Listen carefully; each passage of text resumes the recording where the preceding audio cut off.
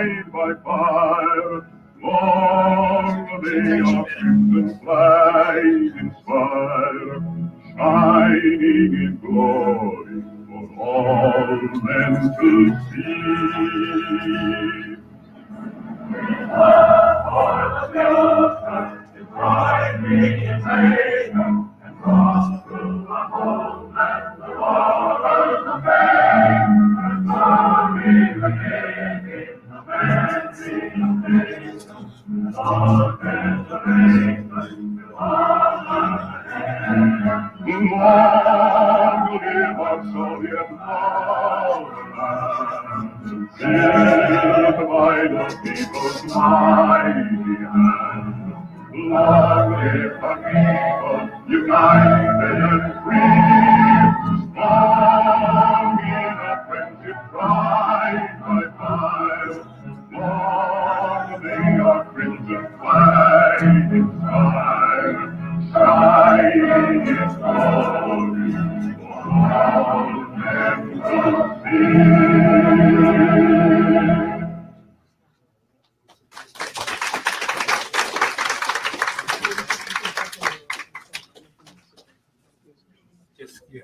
Chill it. Don't smile. Chill it.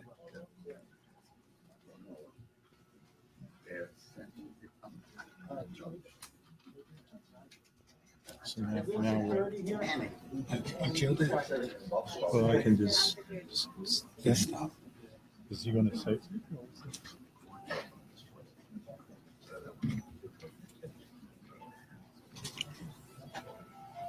Well, where's the screen? Can you cut off the screen? Or Yeah, should I just let me close this? Close it. Close it.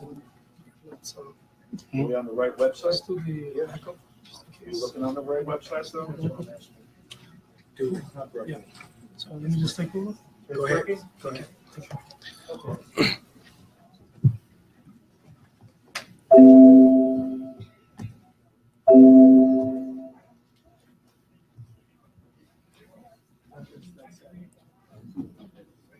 Let me just make sure no one is seeing what I'm doing.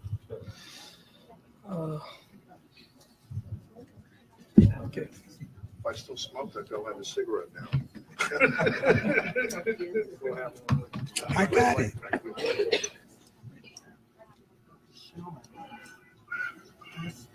Yes, if there's a lag, that's Facebook.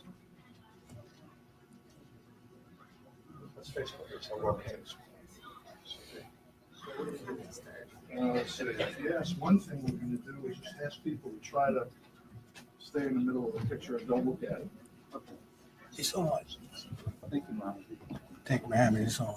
Okay, what's It's showing. It's working? Yeah. do it again? Okay, so I'll just Okay, you're done. Here we have to start. So now we just went that off to the. it's working. Yeah. Yeah. Okay, that's good. All right. So we don't need to do this then. All right. Okay, so what do you want to? Just let that stay up. Just let them. Yeah. All right.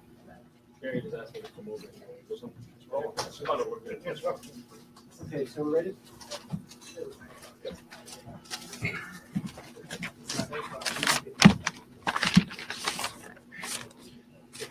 Welcome, everybody, to the 1917 Centenary Committee. We are all here together to celebrate the Bolshevik Revolution on the very day of the revolution 100 years ago. And I'm very, very pleased that we here in the United States can join people throughout the world, Africa, Asia, Europe, and Latin America, in this very important celebration.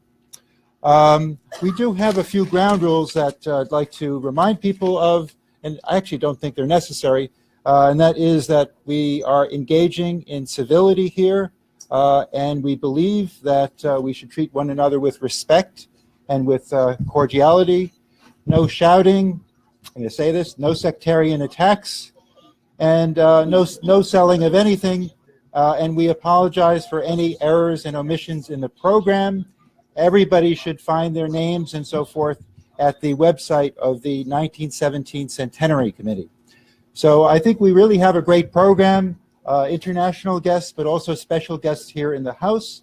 I would like to start off by introducing the moderator, and that is Professor Tony Gronowicz, who will now come and introduce the guests. So thank you very much, folks, and we'll have a great time. Comrades, I should say.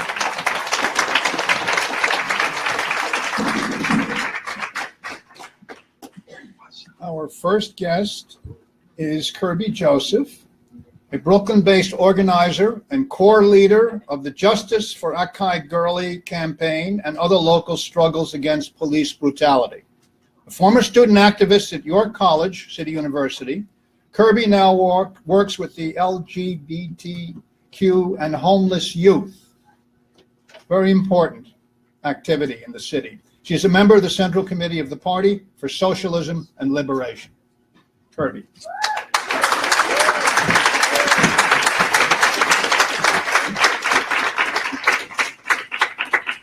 Hi, how's everybody feeling? Okay, we can do better. How's everybody feeling? Act like we're here to celebrate a revolution 100 years ago, people. Hello, brothers, sisters, and friends. I want to start by bringing up some questions to the floor. You don't have to answer it. I'll answer them. After 100 years, why commemorate the Russian Revolution? Why should left groups in the United States celebrate that revolution in general? And why explore its impact on the United States and world history, politics, and struggles today? In the first place, how masses of people remember a historical event or epic in no small part shapes what they will think and do in the present and future. Communists, therefore, must struggle over historical memory. Our class adversaries are marking the 100-year revolution. The Russian Revolution and everything that follows from it is contested history. The New York Times, still a main ideological mouthpiece of the United States ruling class, is running a weekly series of articles on 1917 called The Red Century. The newspaper is reworking anti-communist themes from its Cold Era archives with such headlines as The Remains of the Romanovs, American Reds, Soviet Stooges, Socialism Future May Be Its Past, and Was Lenin a German agent? This morning, it got even worse. The Washington Post ran an article 100 years later. Bolsheviks is back, and we should be worried.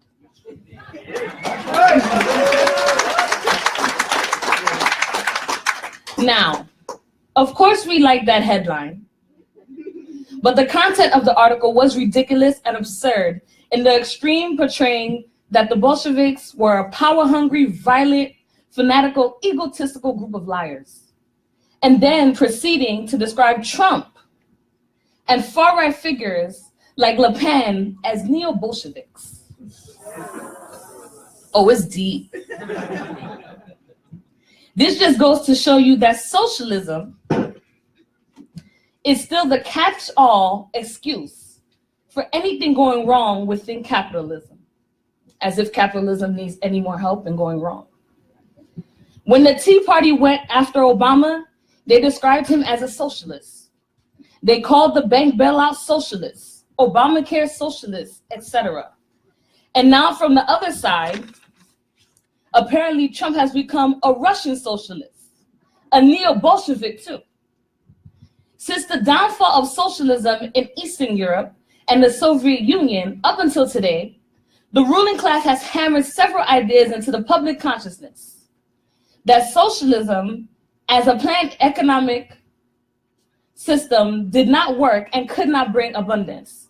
That the Russian Revolution was an accident or an experiment born in violence and sustained by coercion.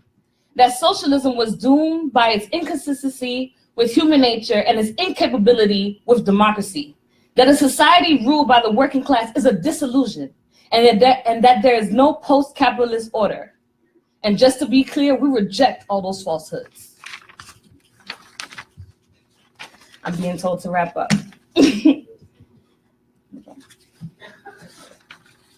Our view of the Russian Revolution and that other socialist states and the working class anti-racist and anti-colonial advances stemming from the revolution is rooted the commitment to historical truth. We affirm, in contrast, that the most significant liberatory political event of the 20th century was the 1917 Socialist Revolution in Russia. It was the beginning of the end of the immense slaughter of the First World War. It brought a working class to political power for the most of a century. The first socialist state played a decisive role in the defeat of fascism. It enabled national liberation struggles to succeed, notably the Chinese Revolution, involving 1 billion people. The emergence of other socialist states together, comprising 1/3 of the world's people, had the profound impact on developments over the whole world. The 20th century, thanks to the strength of a socialist camp, was the era of the dismantling of the old colonialism, a process that affected the vast majority of humanity living in Asia, Africa, and Latin America. The victory of Russian Revolution could not have occurred without Leninism. Lenin's theoretical work in preparing the revolution, his struggle against opportunism, his deep analysis of imperialism, his clarity and the class nature of the state, on the need for a disciplined vanguard party, a party of a new type that would not succumb to opportunism, are all indispensable to the victory of the revolution. His writings are an endless source of ideas for our political work in the 21st century. Commemorating his legacy is part of our task in 2017. There is no avoiding an ideological struggle over the Russian Revolution and the 20th century socialism. We, as parties, organizations, individuals who identify with revolutionary Marxism, will commemorate 1917 because we believe that the kind of society the revolution made possible was a decisive breakthrough from the working class and humanity, a noble experiment in democracy for the many. That is working class democracy. The liberating impact of 1917 is not lost. We are convinced that it will be fully realized in our century, the 21st. Thank you.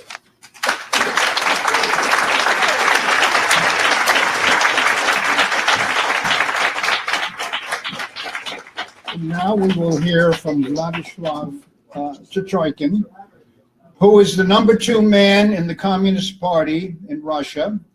He was the leading Soviet organizer for African liberation movements.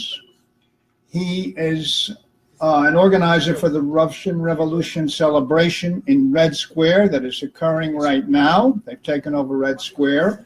And we will hear from him on tape or on video, right? Live stream? We're going to try. Okay. Okay.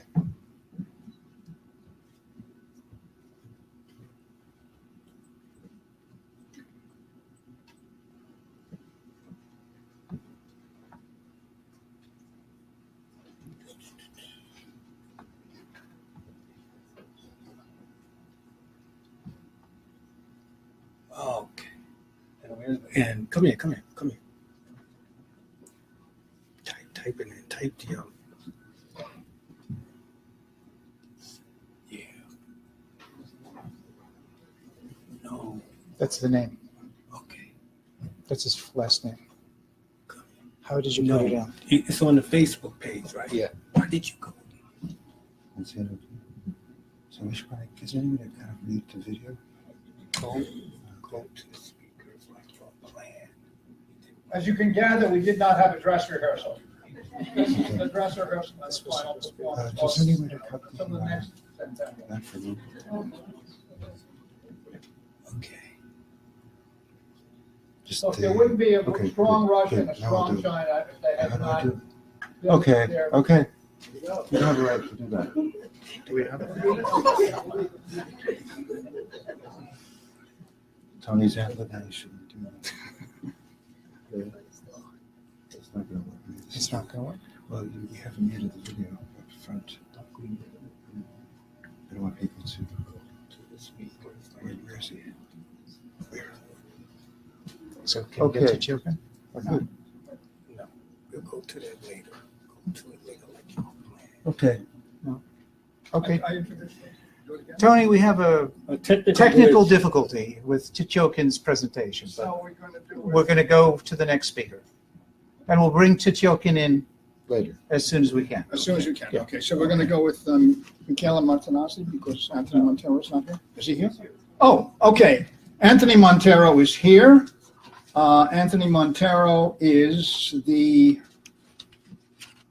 leading American activist and scholar of civil rights and Marxism.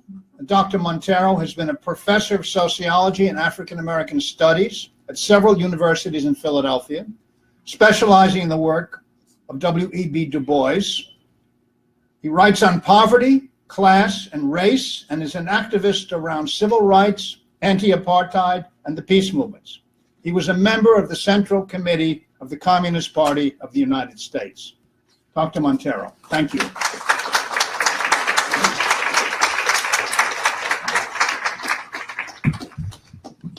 Thank you very much. It's good to be here. I didn't expect to speak so soon. I just got in.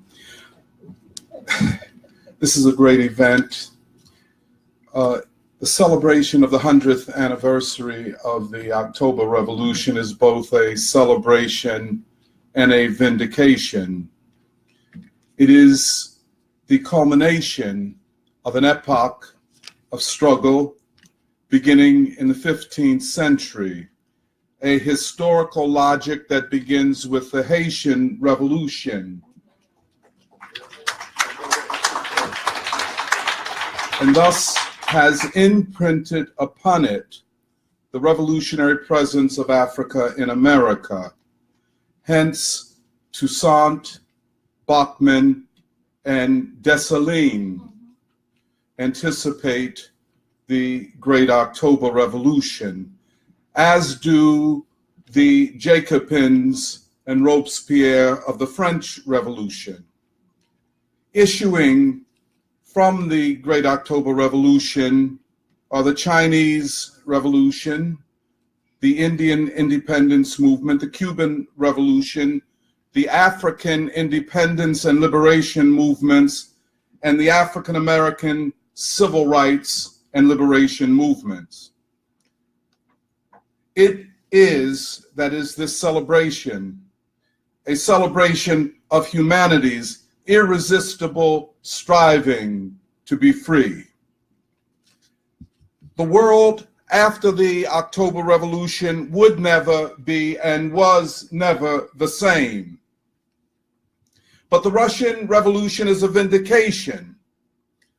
After the publication in 1867 of Volume 1 of Das Kapital, it would seem that the revolutionary forces in Europe began to move in a reformist and revisionist direction, eviscerating, as it were, the revolutionary potential of Marx's work. Certainly, between the Paris Commune of 1871, its defeat, and the defeat of Black Reconstruction in the U.S. South, an interregnum,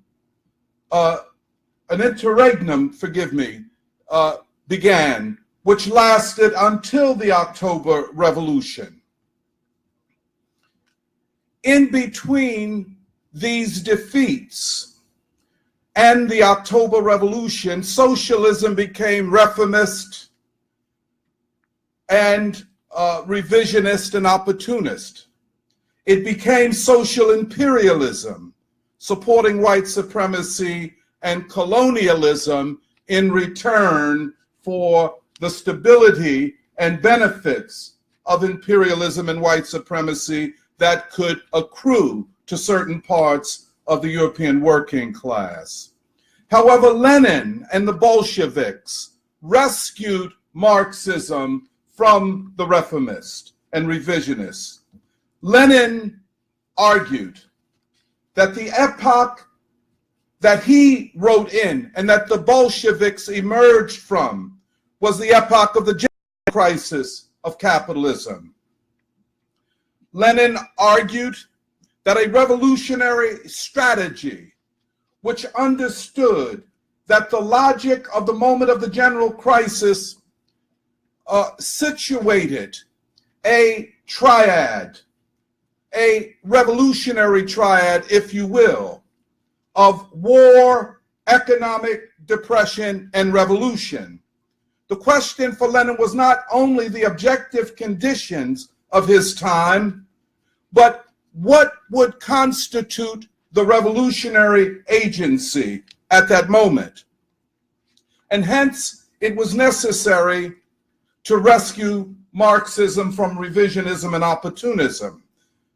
The Bolshevik strategy was therefore one that anticipated and foresaw the breaking of the imperialist chain at its weakest link, as opposed to at its strongest centers, for example, England and Germany. A most important part of the Leninist thesis of revolution is not just the idea of building socialism in a single country, but more importantly, that rather than a weakly developed capitalist country being the center, but where would the revolution go after that? For Social Democrats and others, that meant going to the West. For Lenin, it meant going to the East, China and India and Africa.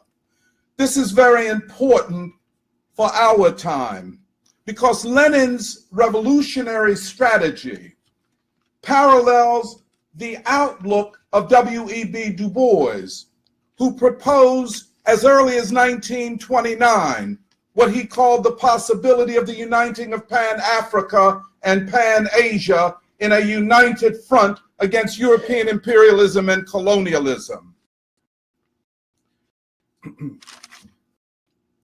This strategy is a 21st century revolutionary strategy as we witness the irresistible rise of the East, of Asia, and as Asia rises, so does Africa. And as Africa rises and Asia rises, so does incorrectly Latin America rise. What I prefer to call the American, African, and Asian continent. Perhaps the greatest achievements were the establishment of the Soviet state, not only empowered workers and peasants, but extended national and racial equality to the colonially and nationally oppressed within the boundaries of the Russian Empire. As well, there was the industrialization of the Soviet Union and the nationalization of industry and banks and the collectivization of agriculture. Perhaps the greatest contribution of the revolution was the defeat of Nazism in World War II, out of which emerged a post-World War II World Communist and National Liberation Alliance, leading to a new moment of what we can accurately call the world revolutionary process. But history is not a straight line, and there are always contradictions in all situations, as they existed in the socialist community and in the Soviet Union, leading to the rise to power of an anti-communist, pro-West, and I would argue white supremacist group who said that communism and Leninism had failed, and the Communist Party of the Soviet Union, if it were to address the, quote, crisis, had to become social democratic and had to become, as they called it, a normal country, meaning a Western European country, which in the end meant a white country, which would associate the Soviet Union with white supremacy and Western imperialism. Gorbachev argued that what the Soviet Union needed was perestroika. But perestroika was not a program, it was a slogan. And hence, this eventuated in the collapse of the Soviet state and the rise of what we have seen over these last 25 years or so. In the West, this led to imperialist triumphalism, war, austerity, poverty, and ecological disaster. However, the general crisis of imperialism has evolved into a general crisis of Western civilization. The contradictions of the global system of Euro-American hegemony have gone forward. However, different from 1917, we are looking at what we could consider or call the collapse of Europe. This concept I get from W.E.B. Du Bois, the first chapter of his last history of Africa entitled The World in Africa. The first chapter, ironically, is called The Collapse of Europe. Many people ask the question, if Europe collapses, if the scourge of Western civilization is removed from the shoulders and backs of humanity, what then becomes of Europeans? If the center of global imperialism and white supremacy collapses, what then becomes of white folk?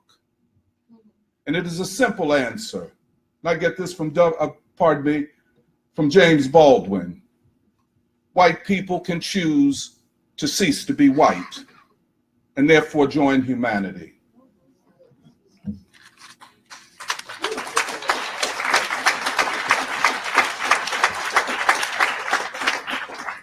The unity of Pan-Africa and Pan-Asia, which also includes, as I've said, Latin America, misnamed.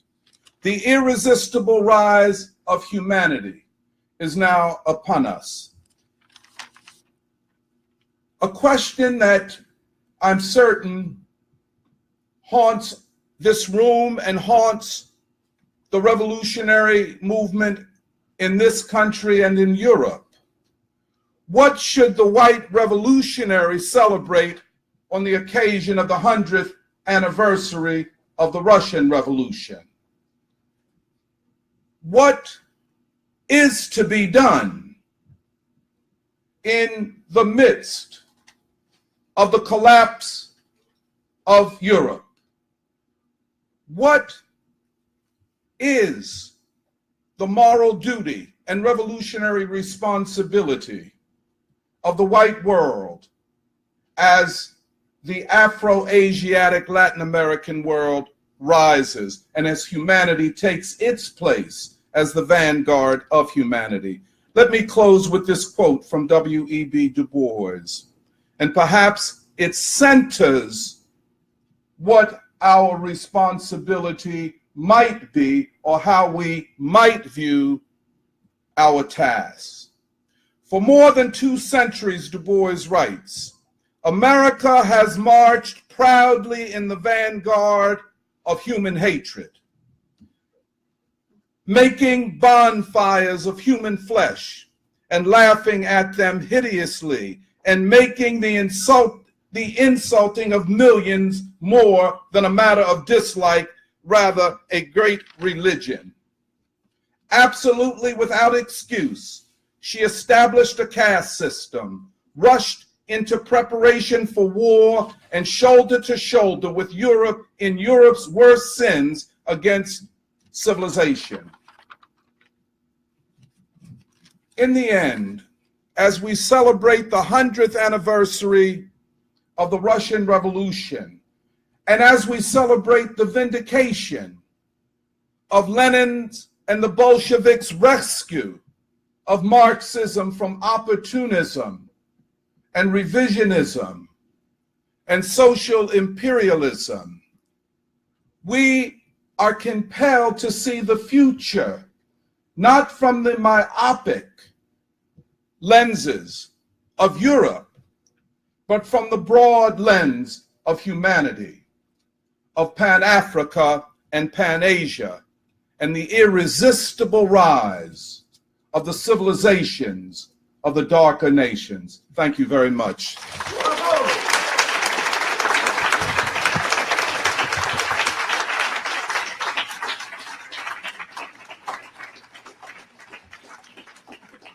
Now we will hear from, no? Yeah, I'm saying, I know. Let's go. Okay. He's also a member of the Duma in Russia right now, elected deputy. Take this. Oh, yeah, good. The fellow who we didn't get earlier. I just lost the chocolate. Yes. You'll be surprised. No, people make Facebook. Oh. Yeah. Did you come to the video? I put it on this monitor so they're not going to see it. We don't need to cut off the projector.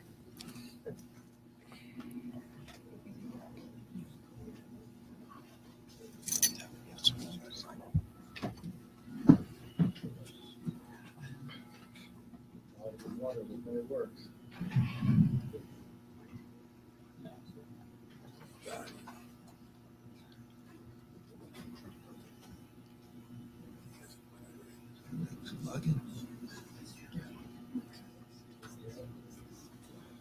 Videos. Here's a video. Oops, sorry. Video. Get the video. Wait. It's very slow. That's not what I can't get the video. I have to go with this. Oh, there it is. Oh, there it is. 1917. This one. Yeah. I'll do it. Yeah. It's right here. No. Yeah. Oh, yeah, right. This one. No, right there. And the video is probably, it's being boosted. So go to videos. Right there. Will this affect the? That's the live one. Oh. That's it. That's it. Yeah. Now we gotta put it in the projector. I guess stop it and just hold it. And now hit the projector.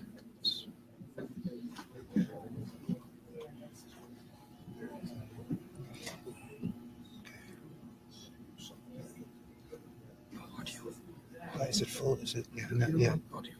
We want audio for that. If you want audio? Yeah. Okay. Definitely.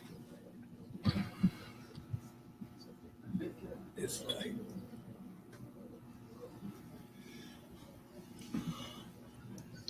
Friends.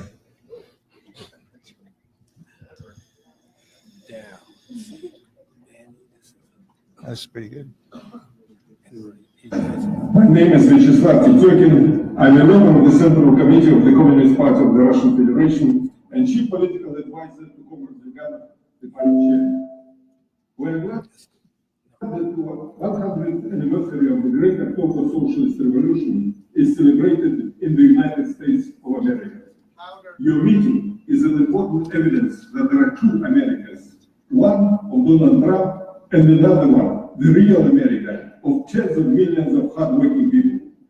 These millions whom you represent definitely support the noble ideals of the Great October Socialist Revolution.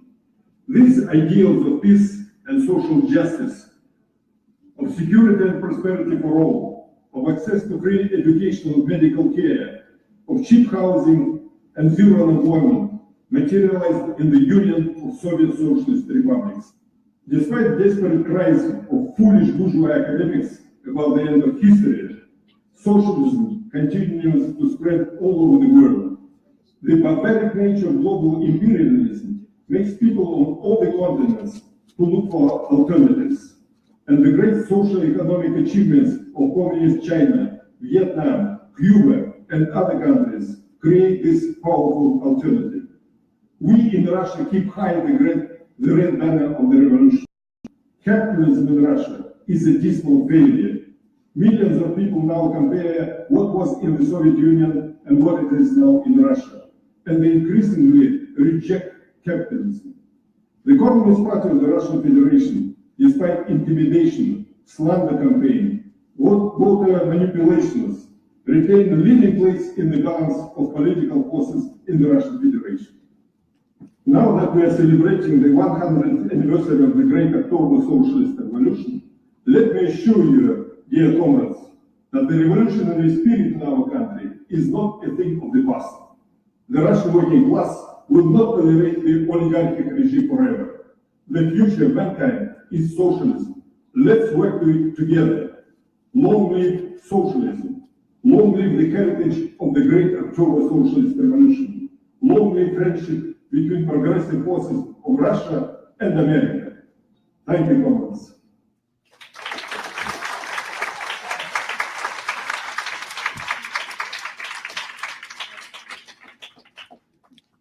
Okay, next thing. That's it.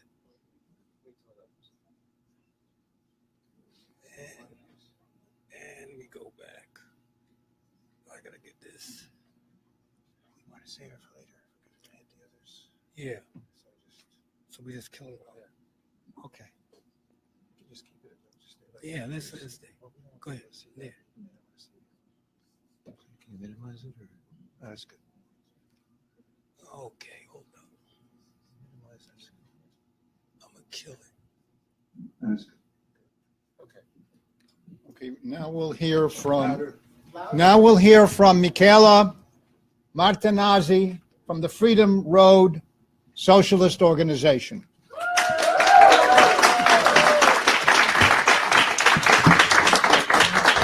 It's not there. Thank you.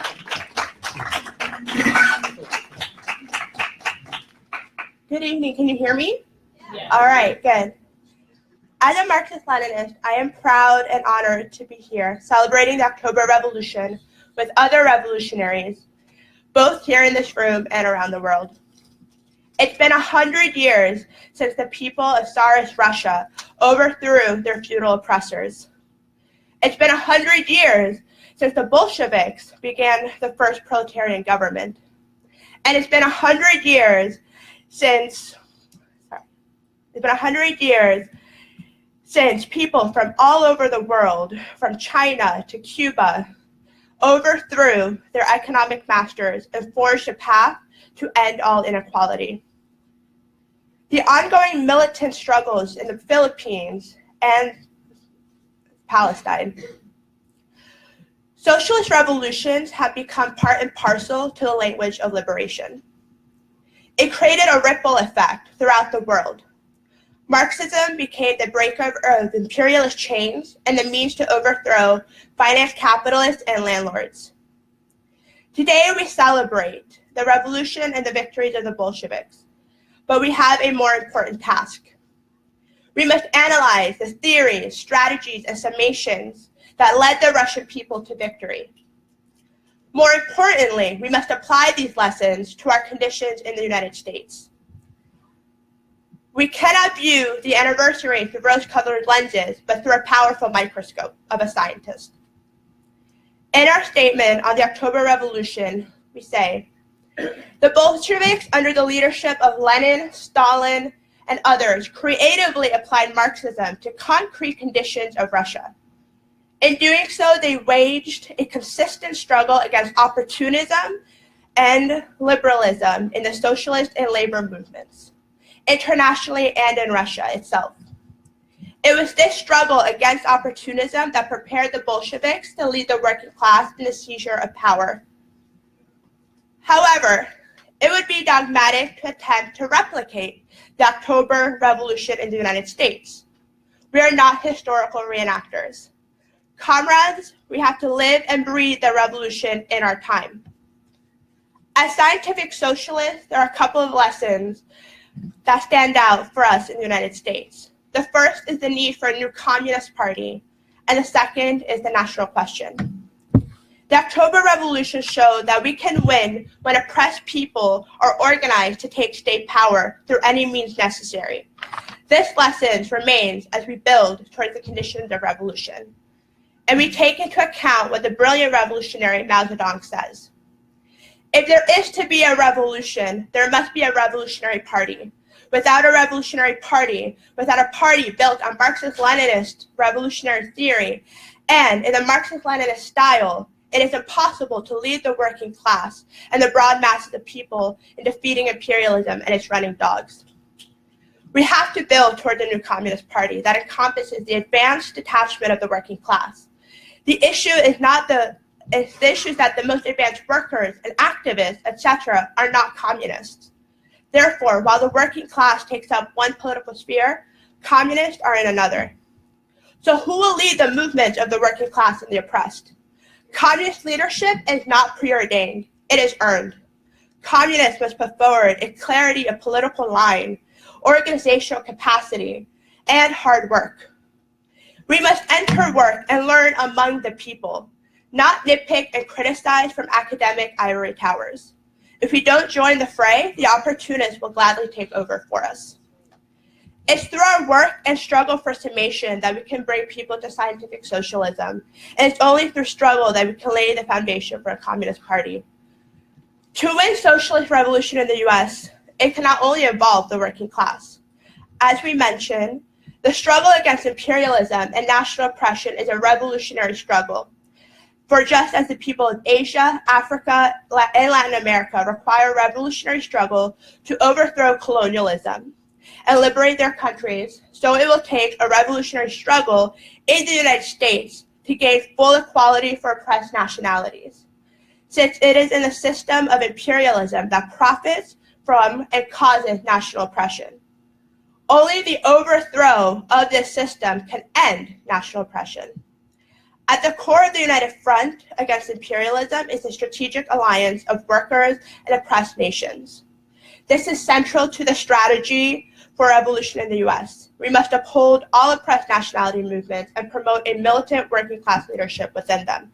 At the same time, we need to build a strong militant working class movement that fights against national chauvinism, sexism, and homophobia. The contradictions in our society are sharpening, and the conditions are turning for all oppressed people to rise up. An urgency to create this united front, form a communist party, and wrest power from the capitalist class is evident and widespread. Comrades, the task ahead of us is obtainable. The US empire looms over us and reminds us of its power, but its signs of decay are everywhere. The people are tired of their chains and are fed up with the system that thrives on their misery. We are not alone in our path to revolution, and we are surrounded by people who dream and hope for a better future. We have the tools, the science, and the revolutionary resolve to see this through.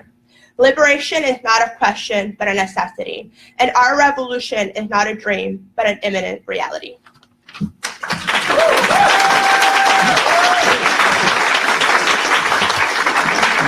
Before we hear from the next speaker, I've been asked to tell the people in the back to find seats. There are seats. Could you? Security informed us that it's not good for people to stand in the back. They want everyone sitting down. So that's the kind of situation we're in. So find seats. There are a couple of seats up here. There's seats over on the side. Raise your hand over there. You can go there. Appreciate it very much. Yeah, I did. They're over there. They're raising their hands. Okay.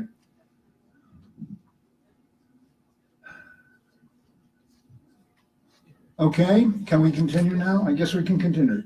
Okay, the next speaker is going to be Brian Becker, a founder of the Party for Socialism and Liberation and a member of its Central Committee.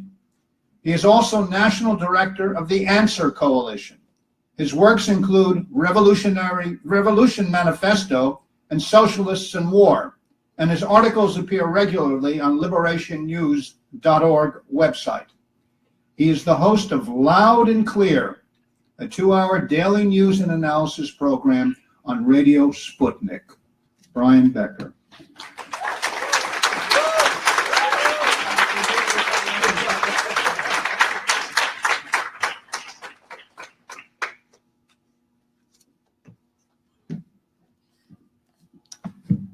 I want to thank the organizing committee for pulling this event together tonight. We, the broader movement, are having events like this of course, all over the country, and indeed, as the chairperson Kerbie said, and the first speaker said, all, in fact, over the world. I want to, because we each have a limited time and we're trying to take different pieces of what the Russian Revolution meant or what it means, its impact, I'm going to try to limit my remarks to the question, as I've been asked to do, about the impact of the Russian Revolution and the loss of the Soviet Union in 1991 on the issue of war and peace. If we had been celebrating the Russian Revolution as revolutionaries and socialists and communists have done since 1917, if we were doing this 40 years ago, if we were doing this in 1977, the mood would be quite different than what it is today. Vietnam, U.S. imperialism had just been defeated in Vietnam and Laos and Cambodia. The Portuguese fascist government had been destroyed by the impact of the national liberation movements in Guinea-Bissau and Mozambique and Angola, and of course combined with the long oppressed masses of Portugal who carried out their own revolution in 1974. We had the liberation of what was then called Rhodesia, Zimbabwe, the struggles for the liberation of Namibia and the armed struggles of the peoples of Southern Africa aligned with the Cuban Revolution, arms in hand, tens of thousands of volunteers present, fighting and ultimately weakening, diminishing, destroying the South African apartheid racist regime. We had at the same time, of course, the People's Republic of China and North Korea. We had, of course, revolutionary Cuba. Most of Eastern Europe was under the leadership of communist parties and worker states. In other words, at that time, it appeared that socialism was in fact sweeping the world, that imperialism was not only diminishing and weakening, but unraveling. And so if we had celebrated the Russian Revolution in 1977, as we did, it would look as if the horizon was very bright. And we have to acknowledge the fact that the destruction of the Soviet government, the overthrow or implosion or collapse, whatever language we want to use to qualify what happened, that this constituted perhaps, as Fidel Castro stated, the greatest catastrophe for the working class in the history of working class struggle. The Russian Revolution was not the first rebellion. There have been rebellions ever since society cleaved into haves and have-nots. But it was the first time that an oppressed, propertyless class seized the power, retained the power, reorganized society, and as Anthony said, in so doing, moved the center of revolutionary gravity from the West, from Germany, to the East. And so the young communists in North Korea, or Korea, Kim Il-sung, Ho Chi Minh, Mao Zedong, all looked to the Russian Revolution as a beacon, a state unlike any other state, a state that emblazoned on its banner the right of the oppressed for self-determination. And at the Second Congress of the Communist International in 1920, the language of the slogan, the primary slogan that first took shape in 1848 with the Communist Manifesto, "Workers of all lands unite," or "Workers of the world unite," was altered to include these words: "Workers of the world and oppressed people unite," because the Russian Revolution had become the magnet for all of those in the colonized, semi-colonized, and spheres of influence living under the domination of Western and American imperialism. In other words, the great bulk of humanity. And as a consequence, over the next 5 or 6 or 7 decades, this trajectory, even with its ups and downs, its retreats, the fact that history does not go in a straight line, the fact that there were setbacks, still you could see the rising tide of socialism and national liberation were the dominant narrative, again, if we were celebrating in 1977.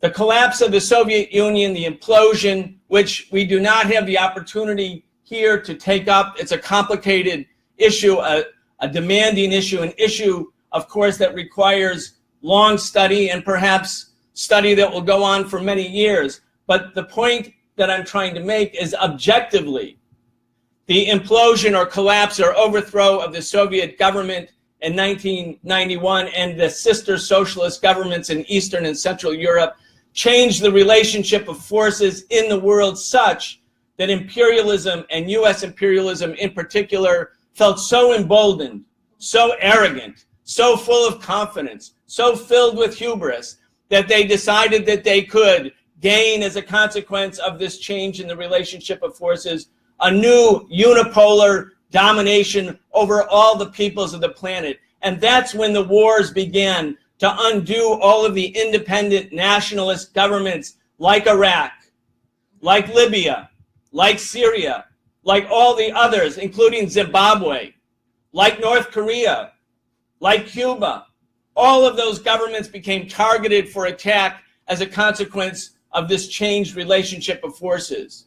This was the concept, or perhaps the best way to put it, the fantasy of U.S. imperialism, that by virtue of its preponderant military power, it could reshape the world in the post-Soviet era in a way that all of the struggles of resistance against imperialism would vanish or disappear or be crushed.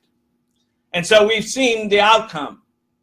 War in Iraq, beautiful Iraq, a wonderful Iraq, regardless of what you think of the leadership of the Ba'athist Party. When I went to Iraq the first time in 1990, people were living in a unitary state. They didn't fragment along the lines of Shiites and Sunnis and Kurds. There was a unitary state with free education, affordable housing, free health care. You look what happened to Libya, the destruction of Libya. This would have been impossible during the era of the Soviet Union.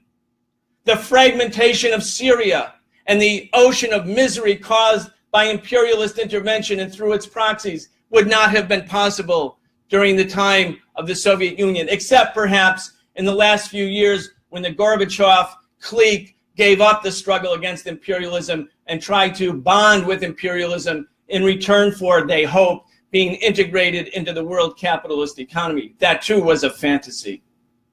Imperialism said, thank you very much, now we'll take it all. Thank you very much for Eastern Europe, and now we'll move NATO troops right up to the Russian border. All the appeasement and concessions by revisionists to imperialism gain nothing for the people and everything for the imperialists. But with that said, what we do see now is that the outer limits of imperialist hegemony have been reached, that the U.S. invasion of Iraq, while causing massive human suffering in Iraq, did not succeed in creating a stable Iraq as an extension of American power. Indeed, America has been driven out of Iraq virtually as a consequence of the fact of the Iraqi people's resistance. In the case of Libya, a terrible crisis for the people of Libya now. But has it created a stable Libyan proxy puppet regime? Not at all. Meanwhile, as the United States spends trillions on wars and imperialism and trying to reverse all of the verdicts of the post-colonial era, we see too that other countries are rising. India, Russia, China, Brazil, South Africa. In other words, those other parts of the world that are coming together with all of the problems that holds, they are coming together into an anti-hegemonic front. Meanwhile, the biggest problem that imperialism faces is it is unable to solve the fundamental contradiction of capitalism itself. The fundamental contradiction of capitalism, which we saw in 2007 and 2008, where tens of millions of people in the United States and hundreds of millions of people are driven into poverty, and as a consequence of that poverty, people fight back. And I think we can say with certainty that in the last 2016 election, a very unusual election, the fact that someone who called himself a socialist, even though he is a social imperialist, someone who said that socialism meant something a little bit like Denmark. In other words, someone whose definition of socialism was far different than ours. The fact that someone who was running in the United States presidential election as a socialist could gain the support of tens of millions of young people who said, you know what, this poverty, income inequality, student debt, endless war, guess what, socialism sounds pretty good, and we reject capitalism. And so we see, again, in spite of the setbacks, the catastrophic setback of the loss of the Soviet Union, the struggle for socialism always does revive. It always comes back. The struggle for communism must come back because it's not based on a particular exigency, a particular crisis, a particular romantic dream about the revolution somewhere else. The struggle for socialism is part and parcel of the class struggle, and the class struggle comes from within the capitalist system itself. We believe in the Party for Socialism and Liberation that we are all organizing in what we call the era of counter-revolution, meaning the post-Soviet era, but that this era, like all eras, is phasing out. It is lifting. The fog of anti-communism is diminishing. New opportunities exist for the left. We need to go to all sectors of the working class. We need to think, as Dr. Monteiro said, that when we tell people, who are we with? What are we part of? We can't say, guess what, we're fighting for jobs and education and against student debt, but we don't want to worry about the rest of the world. We can turn away. We can deal with bread and butter issues. The fact of the matter is, you cannot be a socialist. You cannot expect to win unless you locate yourself in the global struggle against imperialism and capitalism and recognize that the working class and the oppressed people of the world are not our enemies. They are our sisters and brothers. They are our comrades. We have to build that kind of consciousness when we do working class organizing right here in the belly of the beast. And my time is up, so it's perfect. Long live the history, the legacy of the Russian Revolution, Leninism, and Marxism. Thank you.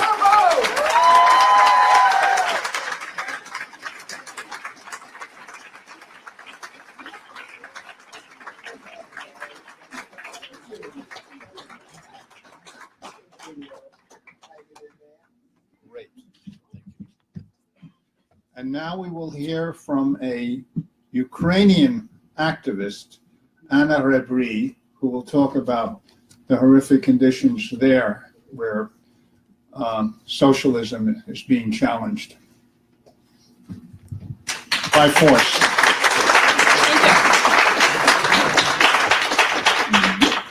Hello, everyone.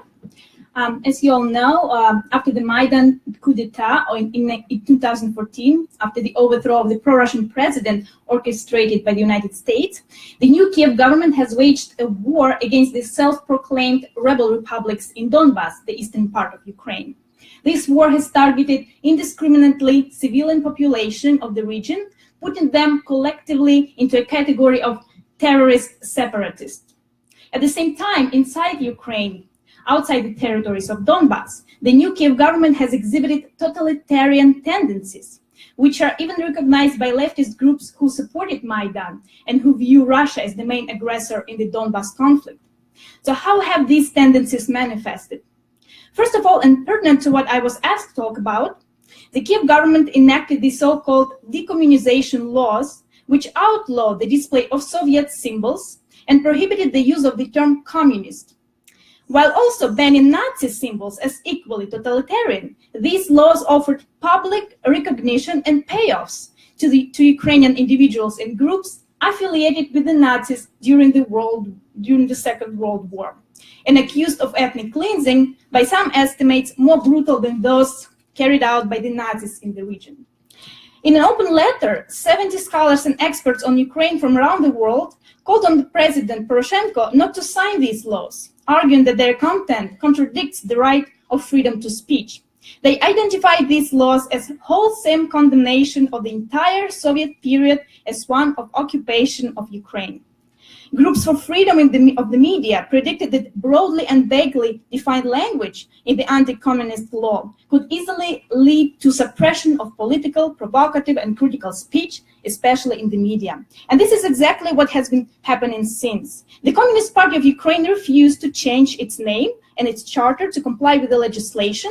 The party was banned following a lawsuit and accused of promoting separatism and inter-ethnic conflict. The irony is that the party itself was not even communist in its substance, only in the name. Before the coup, it did not present any socialist alternative and was viewed just as another one among the existing corrupt parties.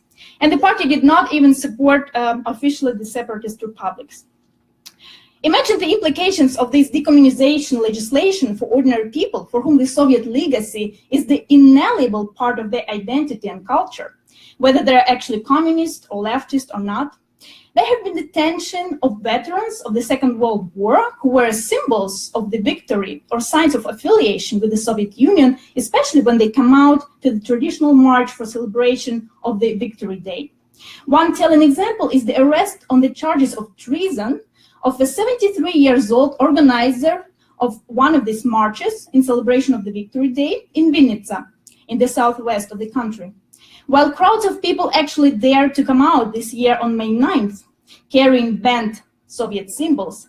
And I say dare because usually events like this become targets of the violence by the organized ultra-nationalists. The arrest of this organizer afterwards came as a revenge by the authorities who otherwise could not stop people from marching that day. Another, even more egregious example of anti-communist persecution is the case of a student in Lviv, which is in the west of Ukraine, a member of the Komsomol who was sentenced to 2.5 years in prison for spreading communist propaganda on social media. During the search of his home, the security services found incriminating evidence such as the Komsomol party ticket, postcards and t-shirts with communist symbols, and an edition of Marx's Capital, among other things. The judge ruled to destroy the evidence. Here's the burning of books. Slogans that the student was spreading on the media were allegedly of the kind, Lenin lived, Lenin lives, Lenin will live. Meanwhile, the laws on banning Nazi symbols and glorification of their ideology are not enforced, and prominent ultranationalists get away with posting on Facebook such things like, too bad that Hitler did not exterminate all the Jews. I only cited cases of persecution that have to do with communism and Soviet Union. Besides these, the state repression takes place more generally against critics of the new government, including journalists, who are jailed often simply for any oppositional activity online. They are labeled and judged in courts as terrorists and separatists, accused of treason and of being Russia's agents, and face severe prison sentences. As I said, anti-communist laws are just one of the tools of repression, together with the anti-separatist and anti-terrorist legislation used to persecute real or potential opponents, often simply for expressing a pro-Russian sentiment or sympathy with the people in Donbass. A telling example of this kind of persecution is the case of a blogger, Vasily Moravitsky, the case that actually gained some international attention as it was condemned by the international organization Committee to Protect Journalists. He was reporting on the annexation of Crimea and fighting in Donbass, and also happened to be a chief editor of a Komsomol publication. He was detained on treason charges, allegedly for being paid by the Russians for his anti-Ukrainian writings. If convicted, he is facing up to 15 years in prison.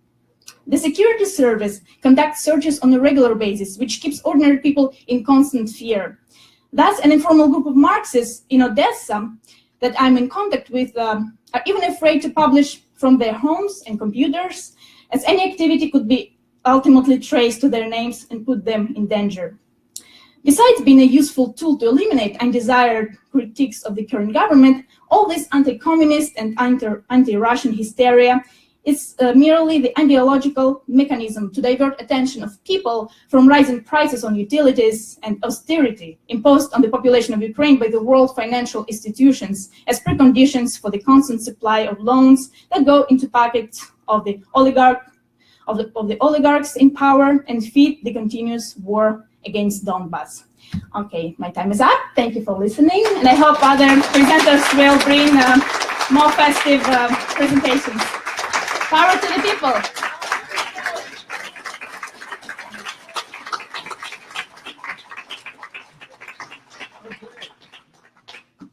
Now we're going to hear from Larry Holmes, first secretary of the Workers' World Party, a Marxist-Leninist political party, founded in 1959.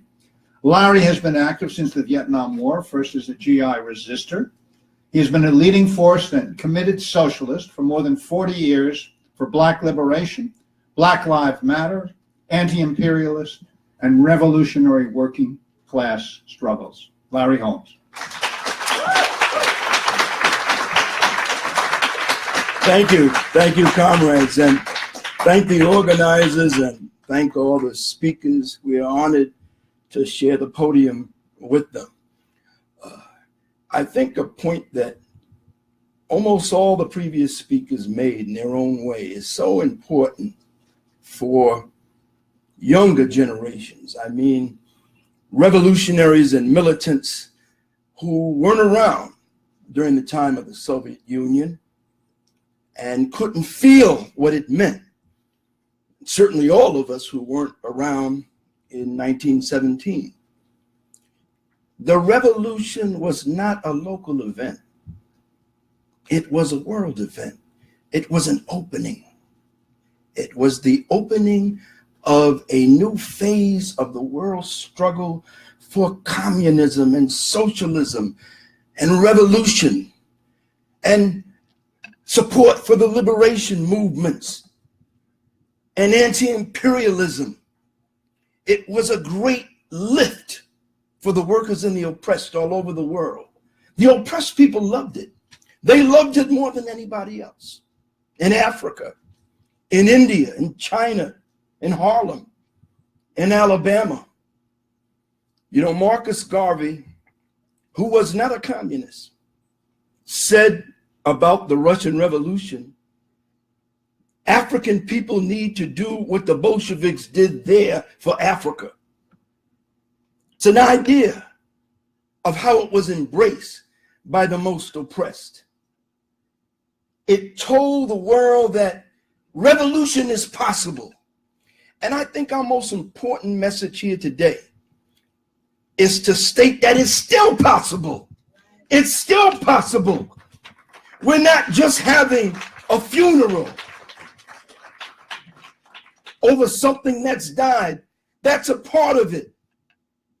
But we're rededicating ourselves to a future of revolution, an urgently necessary future of revolution. We will learn from the experiences of the Soviet Union, comrades and friends. We'll learn from it wherever we are on this planet, and we'll do better. We'll do better. We must do better. You know, I looked at the bourgeois newspapers this morning, and there were little articles here and there about the 100th anniversary. As one of the comrades says, New York Times has been running a series. But I was taken back a little bit because I thought they'd be gloating more. I thought they'd be speaking louder. You know, we did it, we won, capitalism won, communism lost, it's the end of history. Remember that? You know, try to demoralize us. But maybe I'm wrong. Maybe it'll come tomorrow. But they seemed a little chastened, a little circumspect, somewhat restrained, and I thought, what could that be about? Perhaps they're distracted by all of the crisis that Comrade Monteiro was telling you about, their huge political crisis on a worldwide level, which is because capitalism is in crisis, and that's why we have Trump. You know, whatever else Trump is, he's certainly a sign of that, you know. Or maybe it could be that some of them are demoralized. They wouldn't admit it because truth is not a character of the ruling class. But they study, they spend millions of dollars in think tanks, writing papers, the CIA, and they know where the youth are at. They know that the youth of this planet hate capitalism. That's the future, you know. Right. The future hates capitalism. And it's not just the youth. But, you know, you look at the world 10, 20 years from now, already, it's not just it's unpopular. They hate it. And they want something else. They want socialism. They don't know what version of socialism. We'll help them with that, hopefully. if we're strong and united. It's very important. Our party, a few days ago, did something a little presumptuous, perhaps. We apologize. We issued an open letter to all revolutionaries, all revolutionary organizations, all individual revolutionaries across the world, proposing that the way that we all commemorate this anniversary is to rededicate ourselves to fighting for socialist revolution. Now that sounds like rhetoric that we've all said before, but we tried to give it a deeper meaning. It's not tomorrow. Revolution is not on the agenda. Our class is weak. Our organizations are weak. We're fighting all sorts of attacks. It would seem absurd, ultra-left, to be suggesting that revolution is coming anytime in this country or at the major imperialist centers. But comrades, we have to go into our closet and take out the revolutionary perspective. We got to dust it off and put it on the table, because it's necessary to have a short-term plan, to be in all the struggles, to not be above the masses, but to be with them. But you got to have an end game. You got to have a long-term plan, and it can't be another 100 years. And that's socialist revolution. And it's time that we talk about it. It's time that it not look like something so distant, so far away, that it has no relevance. It has no significance. We've got to act as though it's going to happen in some of our lifetimes. And people in this room may be charged with helping to carry out that revolution. It's an urgent necessity. Capitalism is making life unbearable and the planet uninhabitable. We've got to have an end game. You may say it's presumptuous for us to suggest that, but we thought, you know, what would the Bolsheviks want revolutionaries to say on this anniversary? What would Lenin want us to say? We don't know, but it's a big anniversary, so try to be big about it. We also proposed that we commemorate this anniversary as revolutionaries by struggling for a higher level of unity, not knowing what that is, not knowing what form it should take. That can be worked out if there's a will to do it, but to struggle for it. Not just other revolutionaries, Workers' World Party, struggle for it. And if necessary, review our ideas, review our conceptions to determine if they don't stand up, if they're antiquated, or if they're incorrect. Revolutionary theory is no weapon if it can't be subjected to critique. You know, everything changes. That's what Marxism teaches us. The working classes constantly changes. I'm thinking of comrades of a certain generation, perhaps my generation, the way we used to think of the working class, you know, back then. Well, we got to consider other things. For example, more young people are being pushed into the working class, including young people who didn't want to be in it, but because of the crisis, they're getting pushed into it. They're a bigger factor. They're being radicalized by the crisis. They're not necessarily in unions. Their conditions of life and work are precarious. Hell, for all workers, work and life is becoming more and more precarious. It's one of the defining features of global capitalism. These youth are being radicalized. Some of them are fighting fascism. Some of them are shutting down white supremacists. Some of them are pulling down statues of Confederate soldiers. We can't think of that as something, you know, well, that's not the union, that's not the workers. We argue that that's a front in the working class struggle. Yeah. We can't think of the national liberation struggle as something from the past, something from 1917. The national liberation movements of the oppressed all around the world are alive and well and as relevant as they ever were. And if we act like they're not, we're going to be in a lot of trouble. It'll be harder to have that unity between the workers and the oppressed that Lenin won his comrades over way back when. Yeah.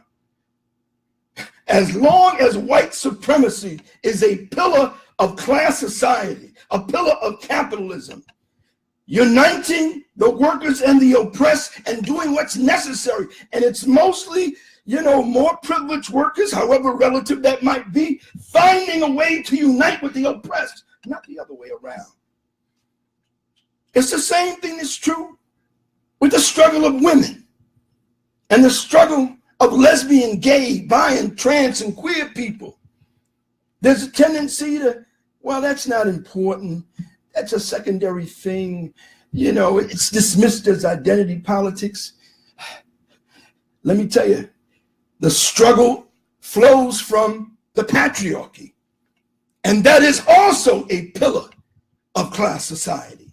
That's a pillar of capitalism. So you dismiss it at great fault to yourself. I can tell you this, if you want to win the youth, you better not dismiss that struggle, because they feel it. They feel it. And if you don't have the youth, you're not going to make the revolution. Long live October. I love all of you, comrades. I hope that we can work closer and closer and closer together. If we want to, we can do it. That's our inspiration.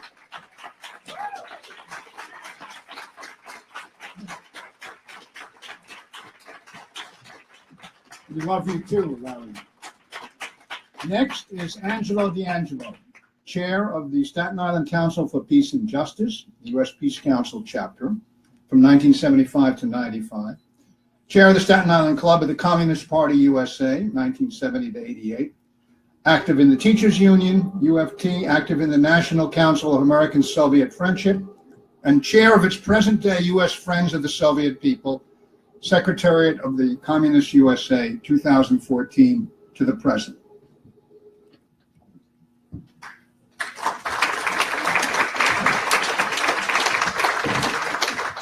Okay. Well, if the rabble-rousing from the other speakers, they've said everything, there's nothing left for me to say. But really, they only gave me 3 minutes anyway. But look around the room. This is a first for a long time. U.S. Friends of Soviet People have been doing this since 1993.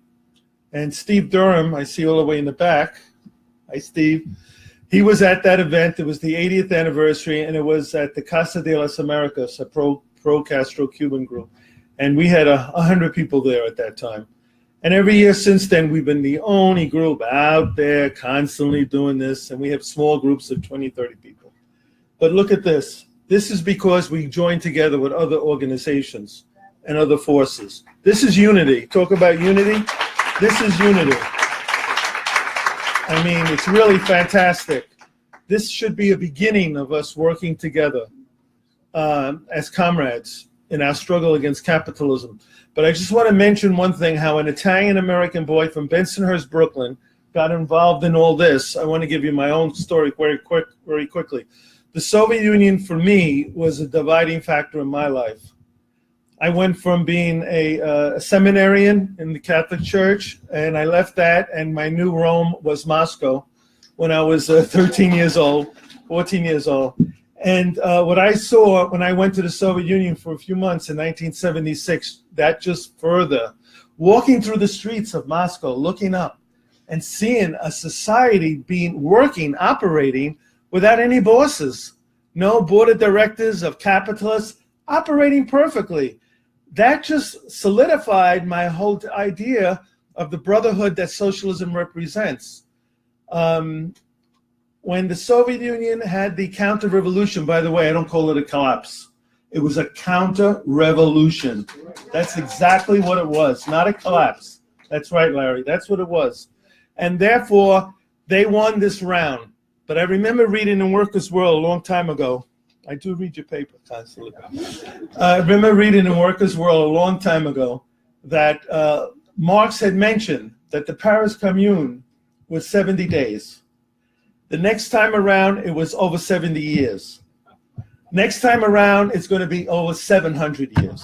That's what it's going to be, all right? And this is our future. We don't have a choice. Our allegiance and loyalty has to be to our class predominantly. And our class, we all know what that is. People who are wage earners, people who work with their minds, people who work with their labor.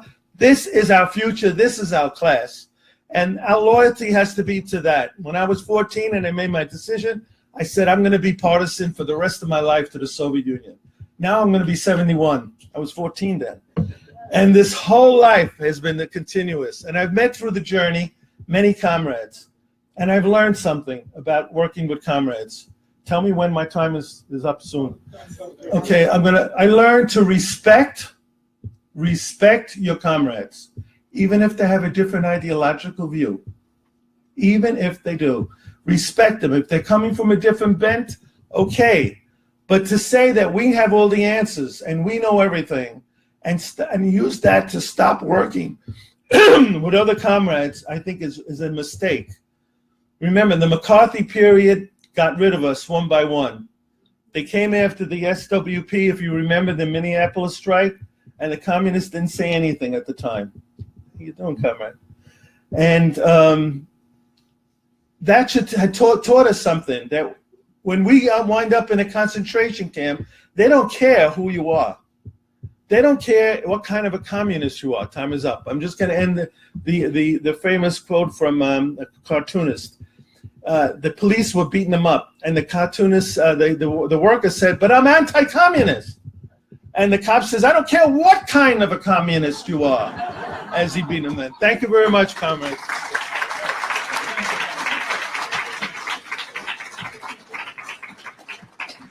Next up is Roger Keeran, Professor Emeritus of SUNY Empire State College and author of Communist Party and the Auto Workers Union, and with Thomas Kenny, Socialism Betrayed, Behind the Collapse of the Soviet Union. Roger. Thank you. I want to pick up where Angelo left off. I think the most incredible thing about this meeting is that 12 organizations came together to organize it. 12 organizations who a couple of years ago, anybody would have been amazed that we were all working together. We worked together for a couple of months and we put this together, and I hope this is the beginning of a kind of unity on the left that we haven't seen in a long, long time, if ever. Today I have a very short task, simple task. I'm going to talk about what happened, the essence of what happened in 1917, so we'll circle back to the beginning, and then what the Russian Revolution accomplished. The Russian Revolution occurred in 1917 after centuries of Tsarist oppression that left a nation that was the 5th largest industrial nation in the world, but in which most of the people lived in poverty and illiteracy. Life expectancy was 40 years in Russia, 60 years in the other industrialized countries. The Russian Revolution occurred in 1917 in the 3rd year of a devastating imperialist war. The left, 2.7 million Russians dead and twice that many wounded. By 1917, the cities were short of bread and other supplies. Crisis was everywhere. The revolution began on March 8th, International Women's Day, 1917, when women textile workers in the capital city, Petrograd, walked into the streets demanding bread. And they were at the same time joined by 20,000 metal workers demanding higher wages.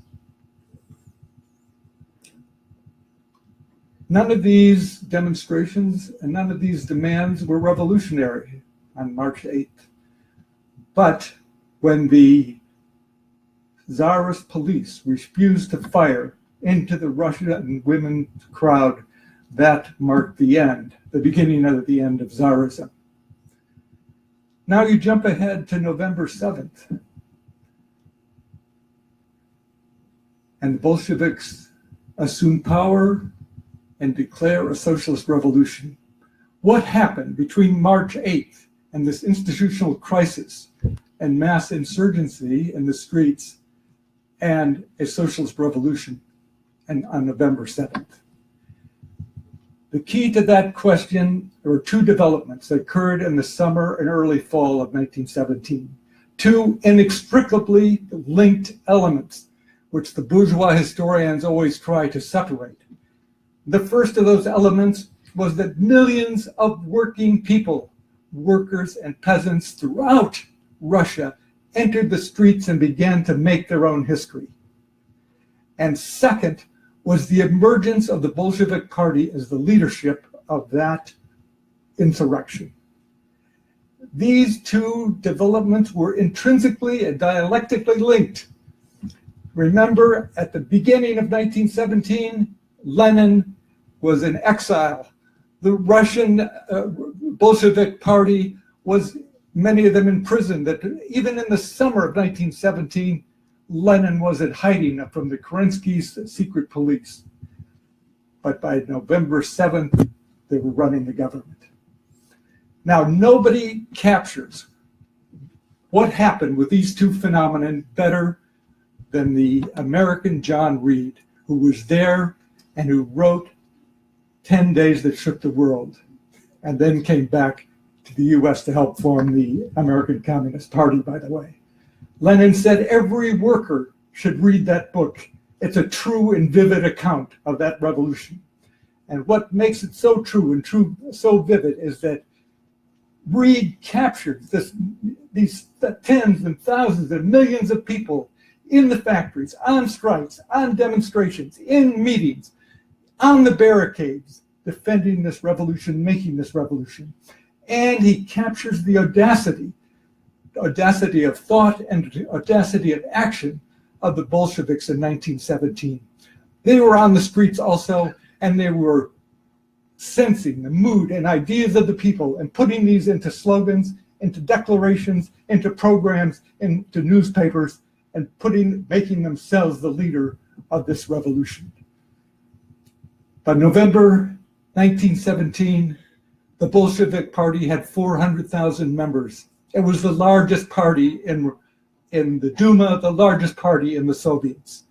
And so much for the slander of bourgeois historians that revolution was a push, a coup. No, it was a popular revolution led by Bolsheviks. Now, Reed tells many stories that illustrate this. Let me just quickly tell one. On November 7th, Reed took a train to the edge of Petrograd, where the Kerensky's counter-revolutionary forces were supposed to attack. And there in a railroad station, he met two Red Guard soldiers armed with rifles and bayonets, surrounded by government officials and businessmen and students who were harassing them and insulting them. And one student took the lead in these insults, and he said, "You know that you were tools of traitors and murderers?"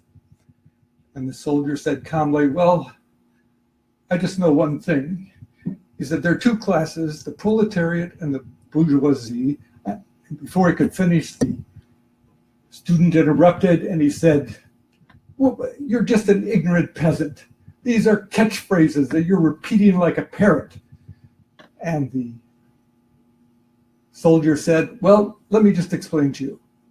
There are two classes, the bourgeoisie and the proletariat." And the student interrupted again. And he said, "You think they're making a socialism here? This isn't socialism." He said, "I'm a student of Marxism. I went to jail. And Lenin, don't you know Lenin is a German agent?" And the soldier said, "Well, I don't know anything about that. But I know I like what he says, and all the simple people like me like what he says." And let me just explain one thing. seems perfectly clear. There are two classes, only two classes, the bourgeoisie and the proletariat, and if you're not on one side, you're on the other.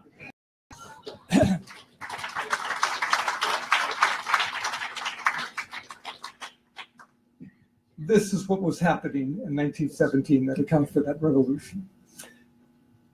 Now let me just say what that revolution accomplished very quickly. And it's important to say this because those people who have attacked the revolution for the most part have been intellectuals and academics acting on behalf of the ruling class, all the way from George Orwell to Hannah Arendt to the authors of The God That Failed to the authors of the Black Book of Communism. The Russian Revolution was primarily a revolution of workers and for workers. It was not to make life better for intellectuals and academics. It was to make life better for working people, and that's exactly what it did. It eliminated an exploitative system in the factories and in the farms and in the land. And it's important to remember at a time after the counter-revolution, when the bourgeois ideologists claimed that socialism failed because socialism can't work, that socialism brought in the Soviet Union economic growth every year from 1917 to 1985, except during the years of World War II. That at a time when American workers have suffered 30 years of loss of jobs and stagnating and declining wages, socialism brought full employment, economic security, and rising living standards. At a time when Trump and the Republicans want to take health care away from 27 million people, it's important to remember that the Russian Revolution brought free health care to all.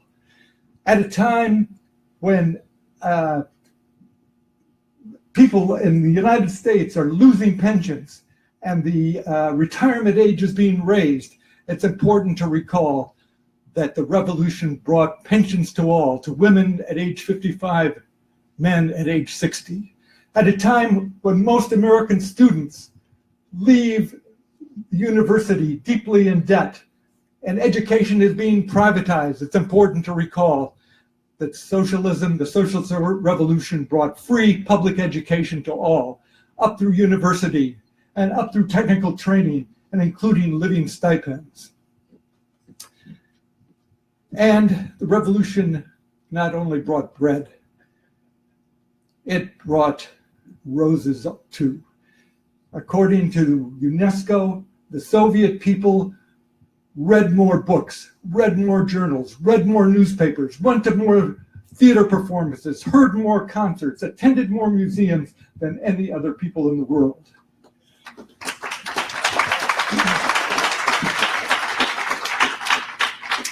And Soviet socialism also took a country of 140 different nationality and ethnic groups, many of whom were oppressed, some of whom had no written language, and raised those up and made a determined effort to raise the most oppressed people in that country and to fight racial prejudice.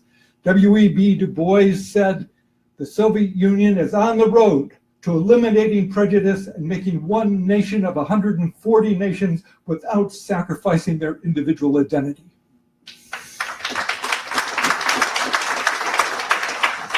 Now, Marx said the freedom of any country could be gauged by the freedom of women. And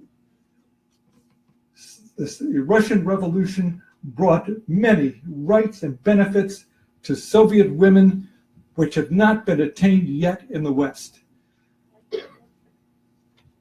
Immediately with the revolution, women gained full suffrage. This was not attained until 3 years later in the United States and not until 30 years later in a country like France.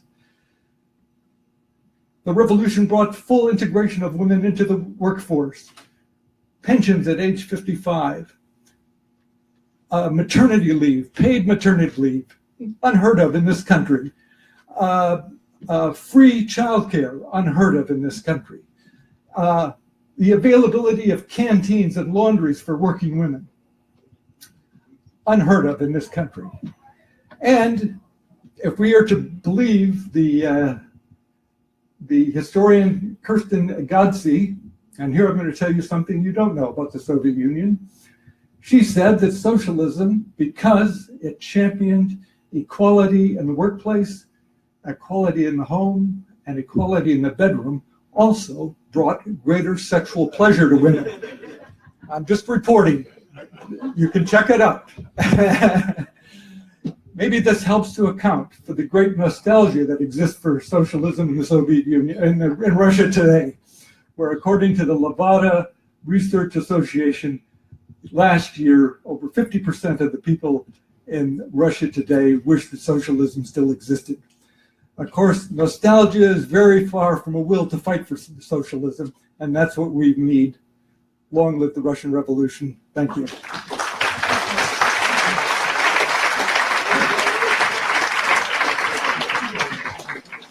Now we will hear from Subuk Kim, a member of the Korea 6.15 Joint Declaration, New York Area Committee.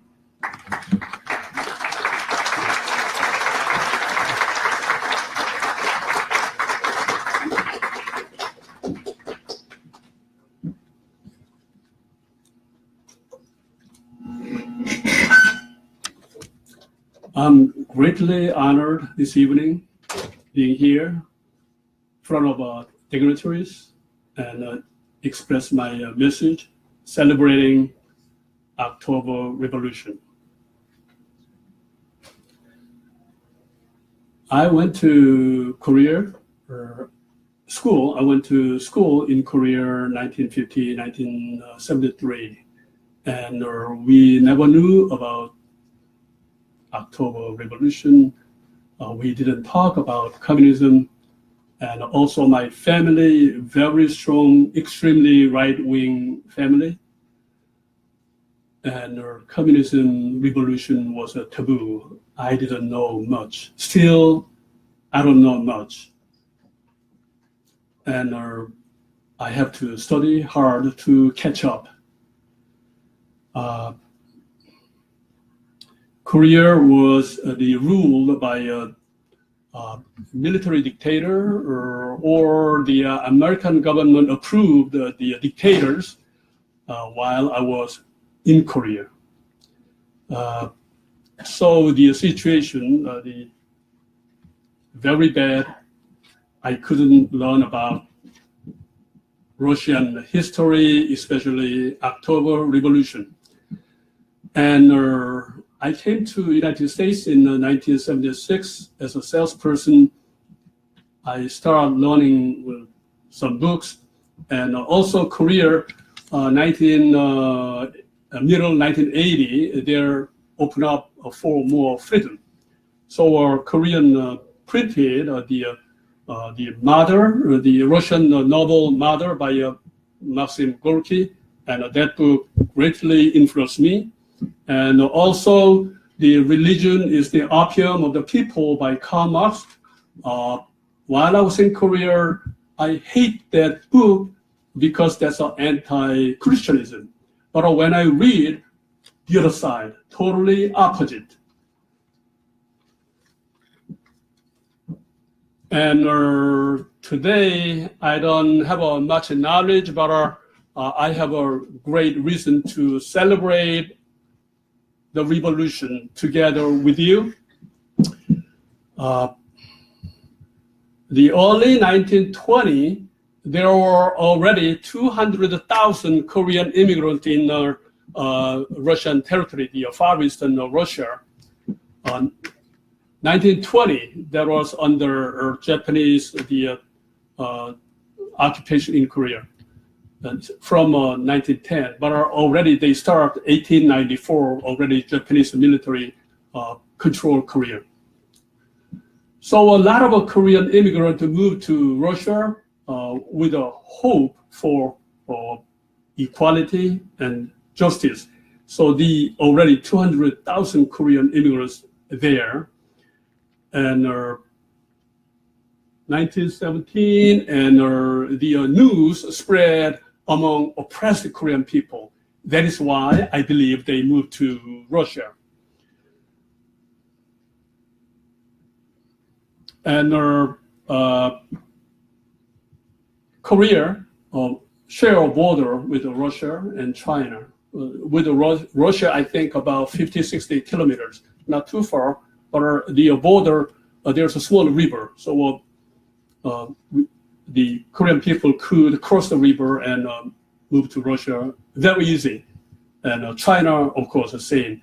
And that area share history, thousands of years. So a cousin lives Korea and uncle lives China, like that. And that Russian Revolution brought a big hope to Korean, depressed and devastated under brutal Japanese imperialist exploitation for decades. And in September 1918, already a second generation, 21-year-old Korean Russian woman, Alexandra Kim, speaking Russian fluently, she addressed revolution, spread the idea to Russian people in the Far Eastern area. And Alexandra Kim captured by a White Army, and the White Army and the Japanese Army working together at the time. And she was captured, and she was sent to firing squad in Amur River. That's 1918. And at the time, she was a party secretary of Khabarovsk city, Bolshevik. So I believe Koreans start paying the price for equality already then. Last several decades, I came to understand the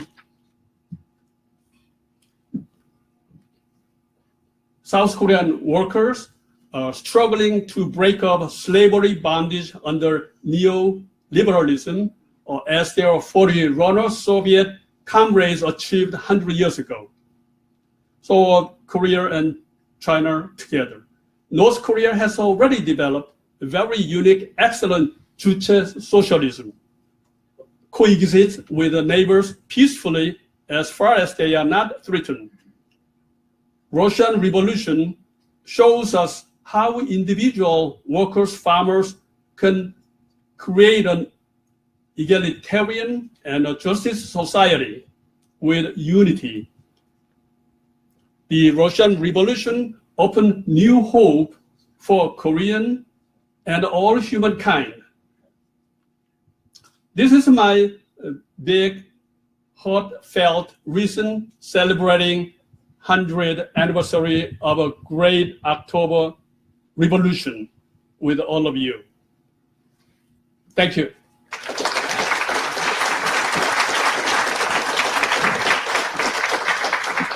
I have to make an announcement now. No food in the auditorium. The security guards have told us this. So if you have food, maybe you could take it outside and finish it outside. We'd appreciate it very much because we are being monitored in that way, at least one of the ways that we're being monitored. And we've been warned a few times. So please adhere to what I'm saying here. Okay, next we will have Ekim Kilic, who will speak on behalf of the Labour Party of Turkey. Thank you.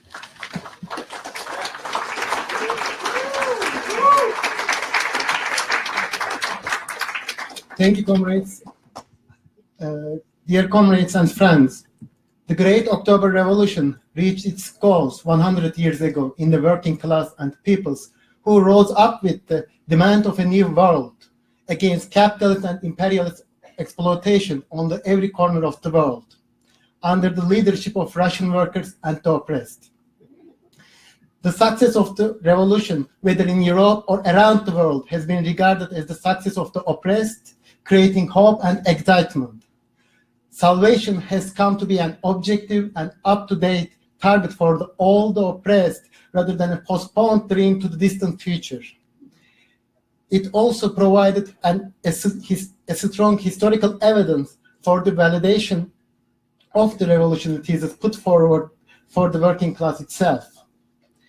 The influence of the Soviet Union and the great support of Lenin personally is indisputable in the success against the imperialist occupation of Turkey. The War of Independence has weakened the imperial siege around the Soviet Union and became as a powerful inspiration, not for the just for the people of Turkey, but also for all people in the colonies.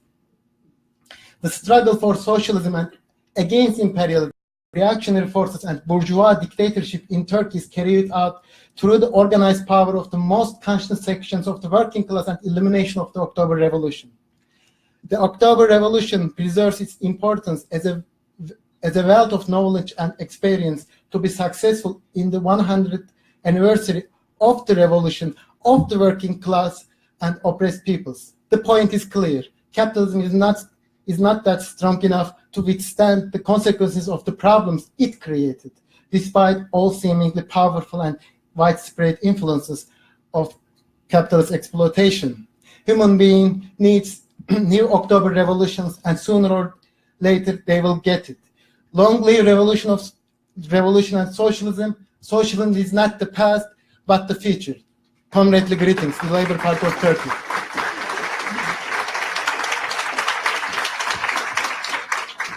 Next, we will hear from Sidar Kaya for the People's Democratic Party of Kurdish peoples, Kurdistan.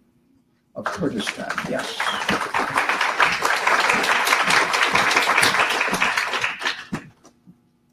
Greeting, comrades, and greeting to all the oppressed peoples of the world. On the centenary of the October Revolution, we, as the People's Democratic Party of Turkey and Kurdistan, salute all those who seek to continue the struggle and sacrifices made by the revolutionaries of the past century. We are going through times where the line between fascism and liberal democracy are increasingly blurred. We must know that just like the revolutionaries who made the October Revolution possible, no revolutionary today should shy away from making the necessary sacrifices in the struggle against fascism anywhere in the world. The courage of the women fighters in Rojava, northern Syria, today show us the way forward in the fight against fascism. The current system is in crisis. What comes next will be determined by the courage, sacrifices, and unity of the revolutionaries here today. Thank you, comrades. Thank you.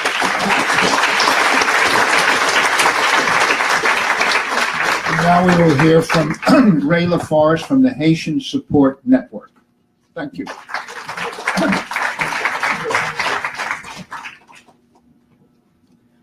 First, let me congratulate you on being here today to celebrate a seminal event that should be relevant to all of our people, all of our histories. And to occupy this space, rightfully, that is the temporary headquarters of American capitalism. The Haitian Revolution took place on the heels of tremendous resistance that always existed, a resistance to slavery in Haiti. It began formally and lasted 13 years. It began in 1791 and it became successful finally at tremendous cost in lives and resources to the Haitian people and its masses. It did not have the benefit of the ideology that was used by the Russian leaders, but it was nevertheless an epic, radical event that brought dignity, freedom, ended slavery in Haiti, and shortened its life toward the world.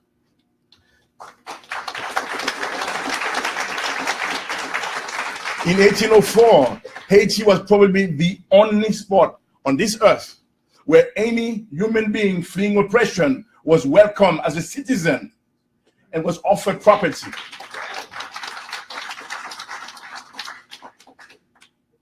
The reaction did not make itself wait. Haiti was ostracized, embargoed for some 100 years. The United States refused to recognize Haiti's existence for 62 years. And that failure to recognize Haiti only ended when they sought territories on the northern shore of Haiti where they could have a base. The Haitians said no, and this is why Guantanamo is now in Cuba. Today, Haiti is struggling as a result of the reaction that I just mentioned. In 1825, France, having finally made peace with England, showed up on the doors of Haiti, armed with more than 420 cannons in many ships, and threatened their destruction unless they accepted to pay reparation for their independence. And the equivalent of $21 billion is what Haiti finally finished paying 122 years later in 1947. So if you want to understand Haitian history, you do have to understand about those facts. What followed also was the presence of American imperialism, invasion, occupation, destruction of our resources, of our institutions. And relentlessly, without stopping ever, the Haitian people have struggled, resisted. Today, if you want to understand the predatory, heartless, exploitative nature of capitalism, imperialism, Haiti is one place you should visit.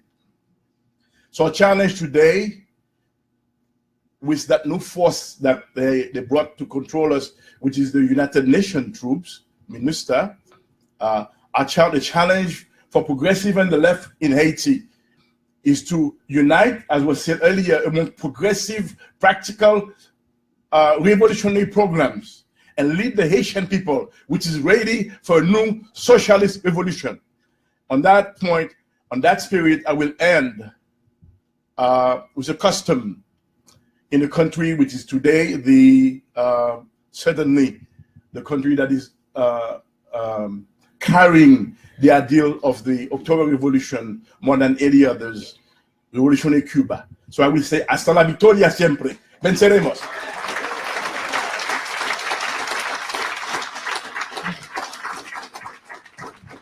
Now we will hear from Greg Wilpert on behalf of the United Socialists of Venezuela.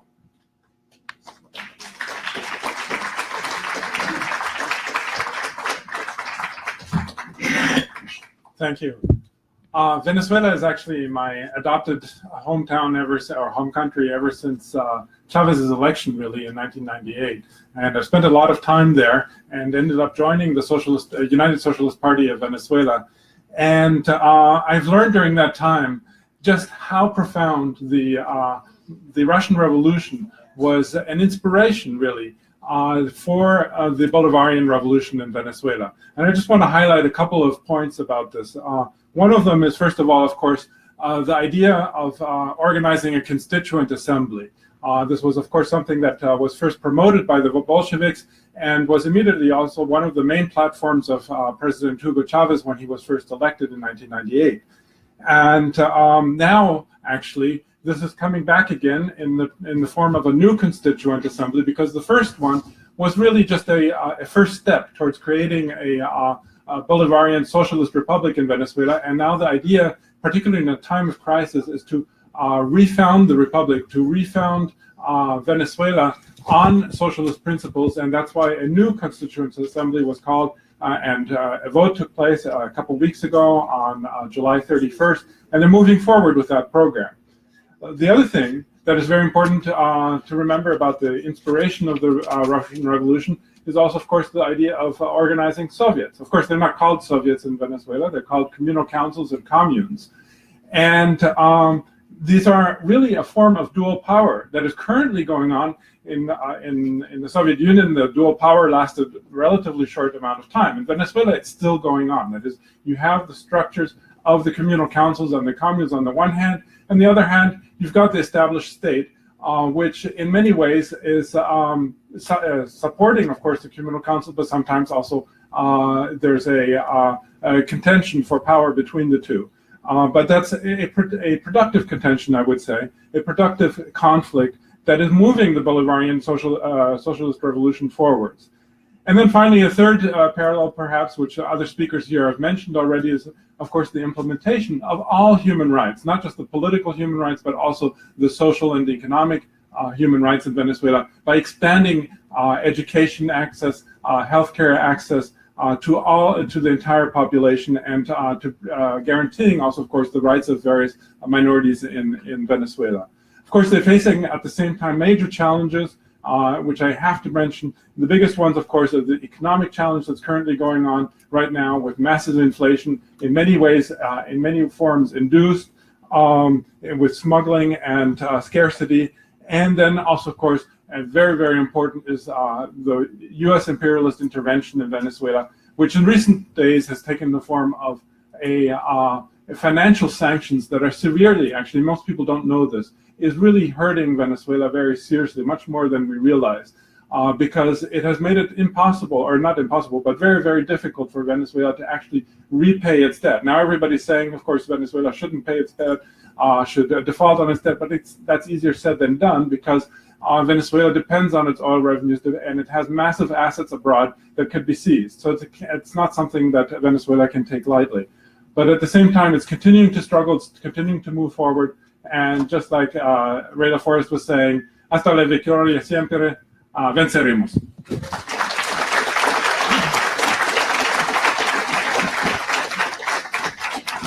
I just want to remind people that we will have questions and comments after 3 short videos from the Philippines, Indonesia, and India.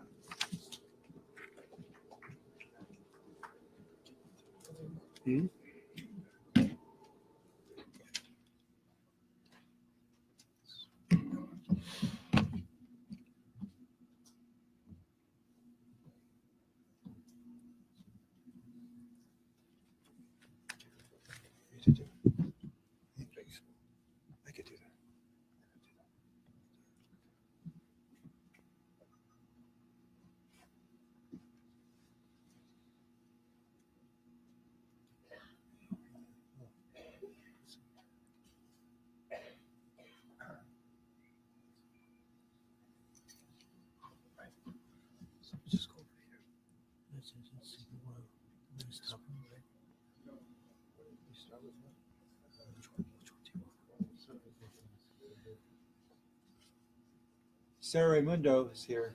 Thank you for that video.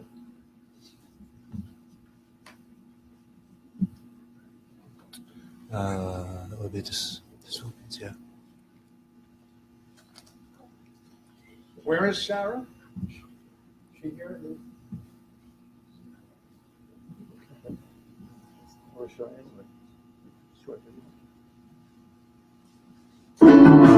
Para sa tanang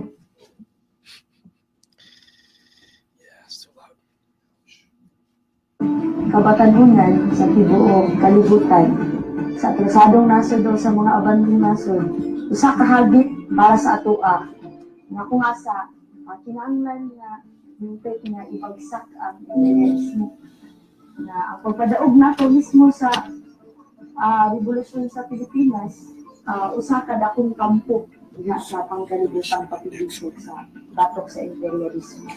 Munang isin mga millennials karon dili magpahikot no diha sa pagka-dinggin sa eskwelahan o diha sa mga kahilayan na gihimo ginugna sa impact para malingaw hayo ng mga pamanaon sa kabatanunan.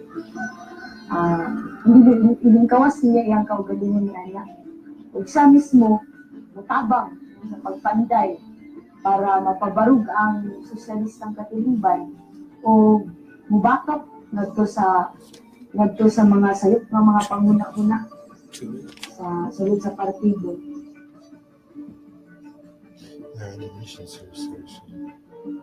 Akong insay sa komentaryo sa tibuok kalibutan himong hagit ini kanato sa tibuok revolusyonaryo sa tibuok kalibutan na paligunon pa nga itong mga kalihukan o uliron ang mga sayip ng mga panguna-una matukan ang mga komunismo so hintip na ito mga mapukan ang atong kaaway o imperialismo mapundar na ito ang sosyalistang sa ingon palagi ni Marx nga tanang mamumuo sa kalibutan nga giusa tanang gyud kanang mga nasod nga at mga atrasadong nasod man o mga kapitalistang nasod o mga abanting nasod. Tanan mag-iusa para sa paglumpag sa gahom sa imperialismo o pagbabarog sa sosyalistang katiliban. Dili lang taman sa pagbarog sa sosyalistang katiliban, dili ngadto sa pagbatok sa paghibalik sa kapitalista, pagbatok sa modernong revisionismo. Hagit sa ato ang aktibiso para dili na sa taas na panahon nga gipahimuslan sa imping kanasuran ang mga atrasadong nasod ug ang tibuok katawhan sa tibuok kalibutan. Panahon na nga wad-an og gahom ang impe sa ilahang pandaog-daog ug pagpahimulos sa tibuok katawhan sa kalibutan. Dakong kampo ni kaubang Lenin na ang pagmatuto sa matag revolusyonaryo. Kung walay revolusyonaryong teorya, walay revolusyonaryong praktika.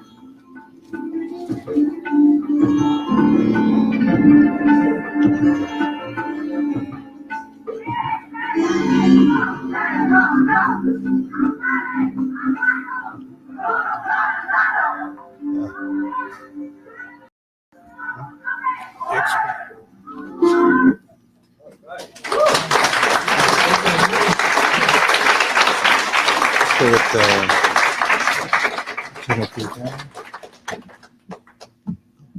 believe next is Indonesia, right?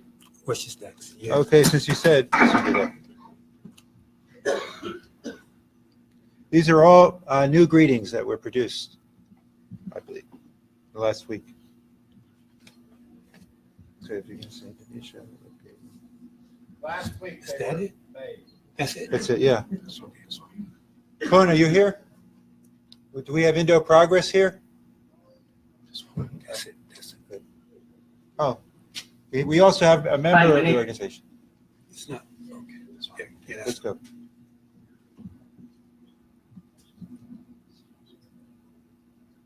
Let me just fix the volume. That's good. That's good. Hi, my name is Yossi from Indonesia, from Indo Progress. So like it or not, our present political condition around the world has deprived us our imagination to think about the future. We are trapped in the present. We are busy defending ourselves from the fascists. We have to tirelessly arguing with noisy liberals that pervade our medias. We are exhausted from defending ourselves against the brutality of state apparatuses. We are frustrated by our national elites that conjure up democracy into the facade of bourgeois multinational expansion and national enclosure. We are preoccupied with agonizing our hopeless situation and politically condemning those in power. We are busy making ourselves a living and are forced to creatively defer our constant precarization. Our heads stuck in the now, that it is so difficult to cast our sight long way ahead towards the future. In Indonesia, neoliberal capitalist irrational rationalizing of the irrational, to use David Harvey's expression, has mutated somewhat awkwardly into militarization of a historical nationalist right-wing policy that is fully compatible with national capitalist agenda. Something similar but no less pervert to the so-called authoritarian capitalism dear to the third world trajectory of capital development.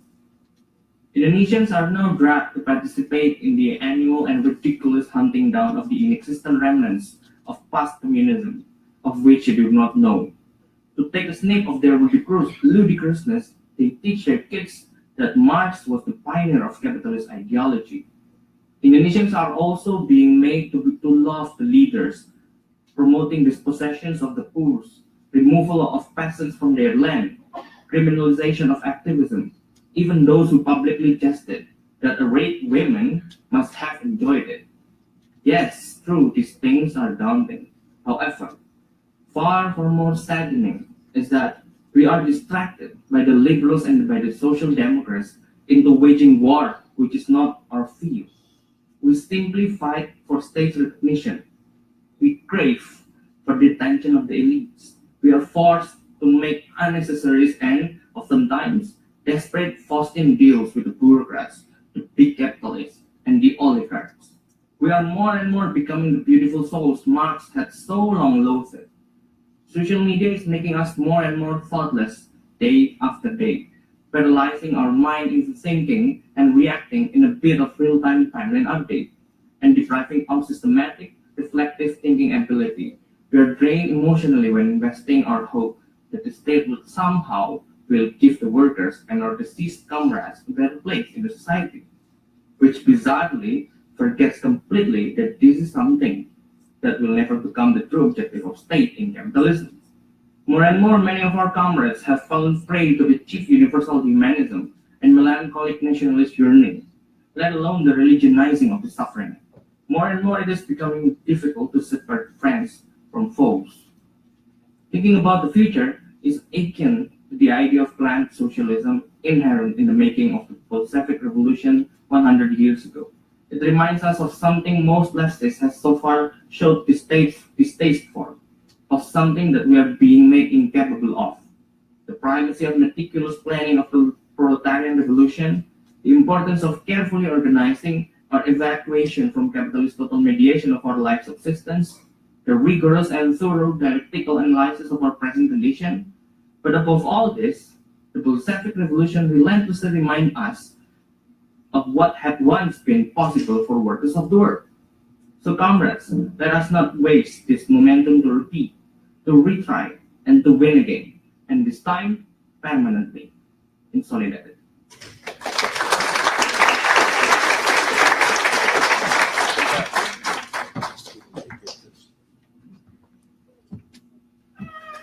Next is India, and then we'll have comments and questions. And then continue with the U.S. winner. Yeah.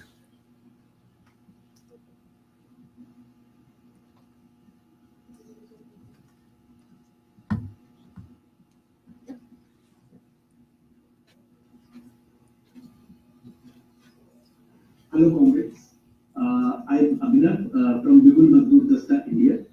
And from the Bibul Mazdoor Dasta, we would like to extend our revolutionary greetings and revolutionary congratulations to all the comrades in the US who have undertaken this great effort to organize this event commemorating the memory of the Great October Revolution and its achievements, and the efforts of 1917 Centenary Committee are really exemplary in that. We in India too have formed October Revolution Centenary Committee, and we are doing the same thing. We are organizing a string of programs across India commemorating the memory of the Russian Revolution and also discussing the problems of socialist transition as witnessed during the experience of Soviet socialism. We believe that it is particularly important to revive the idea of a better social order, of a better world, bereft of exploitation of human beings by human beings.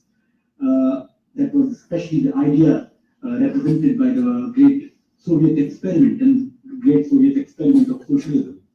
And it is particularly important to revive that idea today in the context of this danger of an imperialist war hovering above us, the unprecedented crisis that the world capitalist system is undergoing right now, which is unlike the previous crises of the 20th century, which were followed by and preceded by a period of a boom. But unlike those crises, this is a crisis which is a long depression. Many political economists have called it long depression. And this crisis is also leading to rise of various forms of right-wing reaction, including fascism, which includes the case of Turkey, the case of Philippines, the case of India, the case of the US, and now many European countries, including France, Austria. We are faced with a situation in which history is offering us a dual potential. One potential is the reactionary potential. If we fail to organize, if we fail to build a new revolutionary party, in the word of Daniel Guerin, our punishment will be fascism. And if we succeed in organizing a new revolutionary party, and if we succeed in providing leadership to these various anti-capitalist movements, we can move forward towards a better social order, a higher social order, world free of exploitation. And I think the first step in that direction is to revive the great heritage, the great legacy of the first socialist state, of the first socialist experiment of the world, the great Soviet experiment, the great Bolshevik revolution. And in that respect, we believe that the efforts of all Marxist-Leninist revolutionaries around the world to commemorate the memory of Great October Revolution is especially important and pertinent. And in the end, I would like to extend our revolutionary greetings once again to all the comrades associated with 1917 Centenary Committee and all the comrades who have helped this effort or associated with this effort. And from comrades in India, I would like to extend our red salute. Lal Salam. Okay, we are now going to hear, just before the comments and the questions, from Kathy Sarachild from Red Stockings.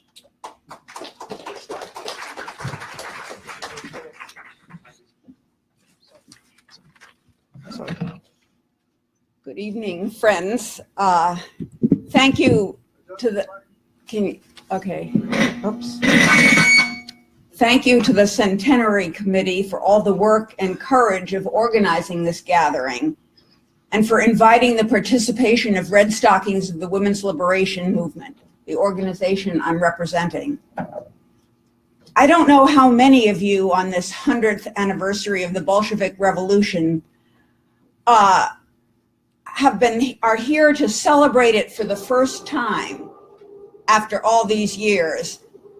But this is the first time Red Stockings has celebrated Russia's Red Revolution officially and publicly. And it's been a long time. Red Stockings began in 1969, almost 50 years ago, when the party that led the Bolshevik Revolution still held state power. Red Stockings took red as part of our name, and we were the only one of the 1960s radical feminist groups to do so. The name was combining blue stockings, the insulting term for feminist women in earlier centuries, with red for revolution.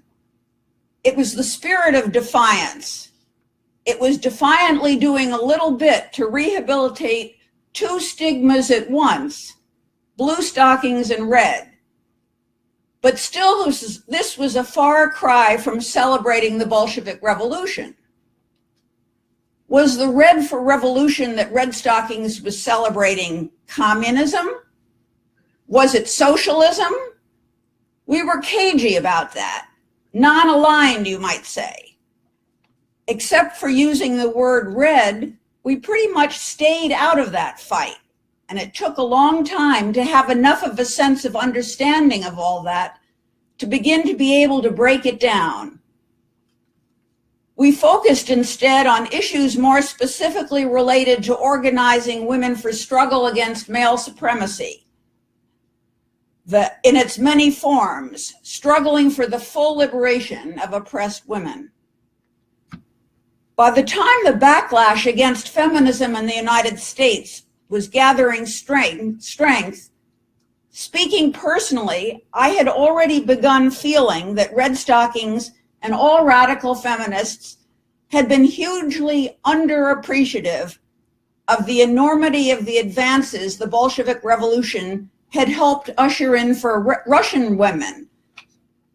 And we Red Stockings and radical feminists had been even more unappreciative of the impact the Bolshevik Revolution had on advances for women in the United States, right here.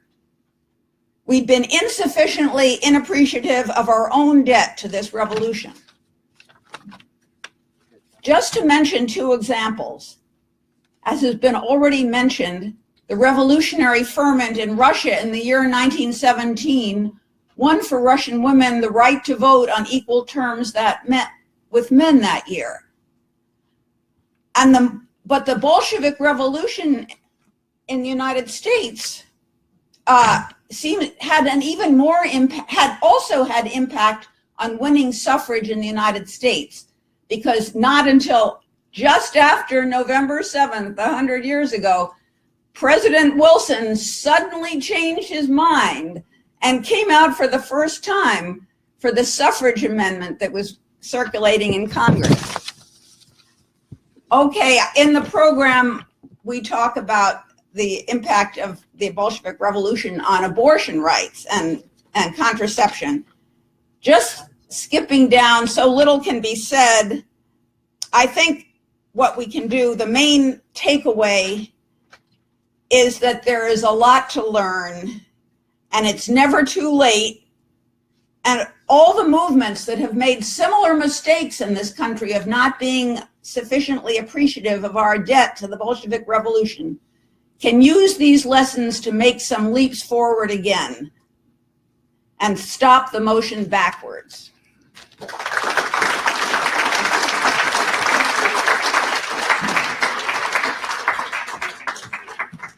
And now we will have questions and comments from the audience. We will have 2 roving mics, one held by Nellie Bailey and one held by Manny Ness. By Kenneth Sullivan. We're changing 90 seconds. And 90 seconds. Hello, folks. It's not working. Okay, why don't we have this gentleman over here in the red?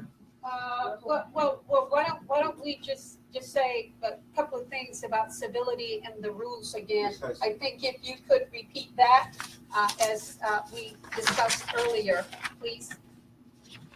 If I can find it. Well, in general, the rules of civility are no shouting, no sectarian attacks, no selling of anything. We apologize for any errors and omissions in the program. So we try to be respectful. It's the first time so many groups have come together. Fellow over there. Okay, now there's just one other thing. We know that there are more men here than women, so we're going to try to have some degree of balance, if you don't mind. Okay, I think everyone understands that. Thank you. Okay, who, if you raise your hand again, who was it? And I am not giving up the mic. It's not working. It's not working. It's just not on recording. No, It's not for public. It's not for VA. It's for recording. Oh. Yes. Okay, I would like to get over. The mic isn't working. The mic is down.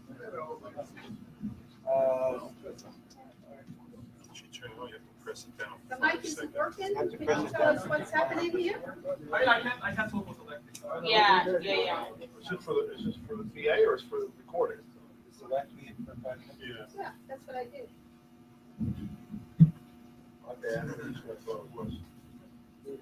Hello? Yes. Go ahead. And we have a timekeeper, so your 90 seconds are out. They will let you know. 90 seconds begins now. I have 2 messages. One is to deliver yet another greeting from the party. Party of the oppressed in Turkey and greetings to the working classes and all the oppressed of the world.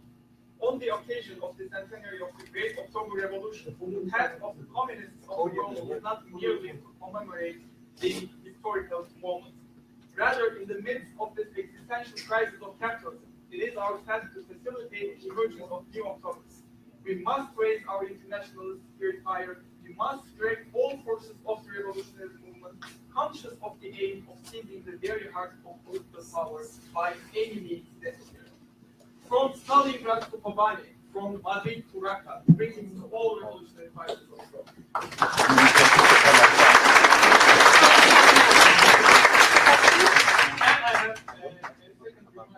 No, that's it. That's it? Yeah, next.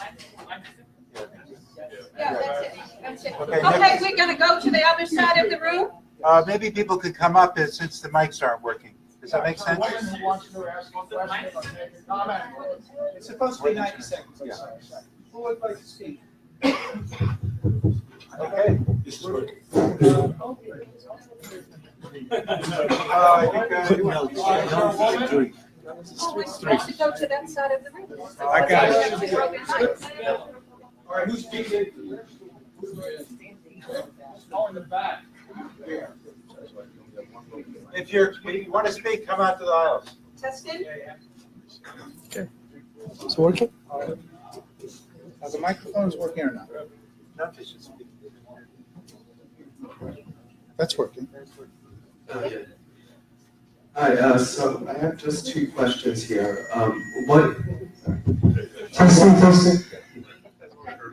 What is the Green Movement's place in the overall struggle for socialism, and how do we best co-opt their message and their struggles? And also, what would be the role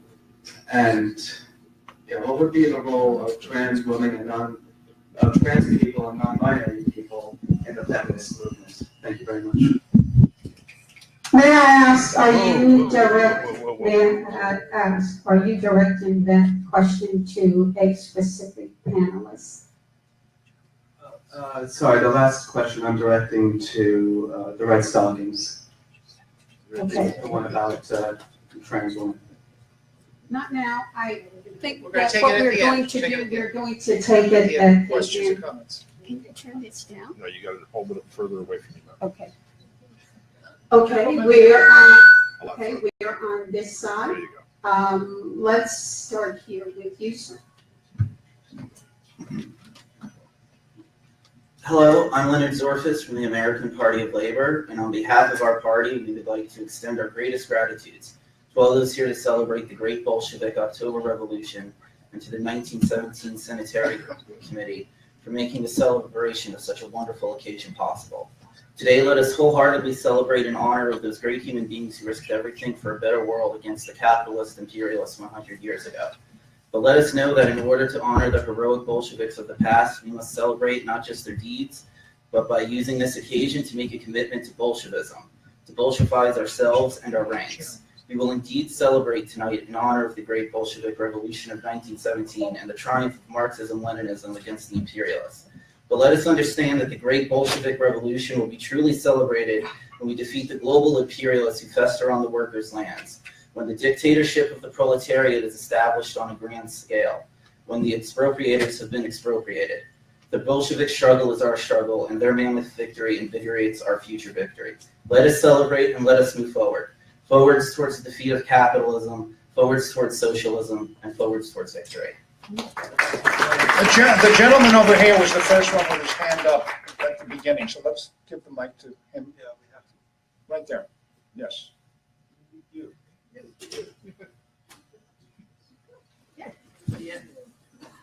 What can we do to rectify two of the sins of the Soviet Union?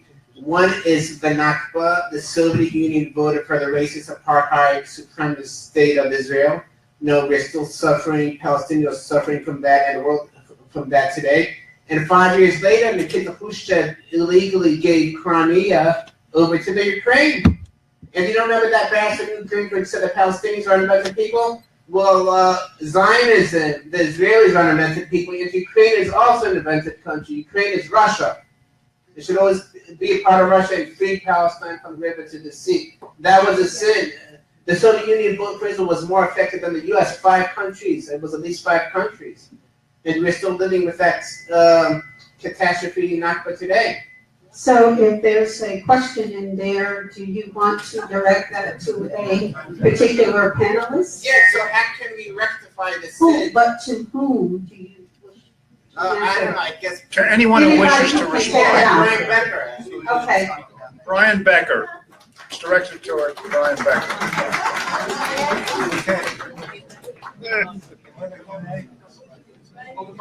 Any other Q&A?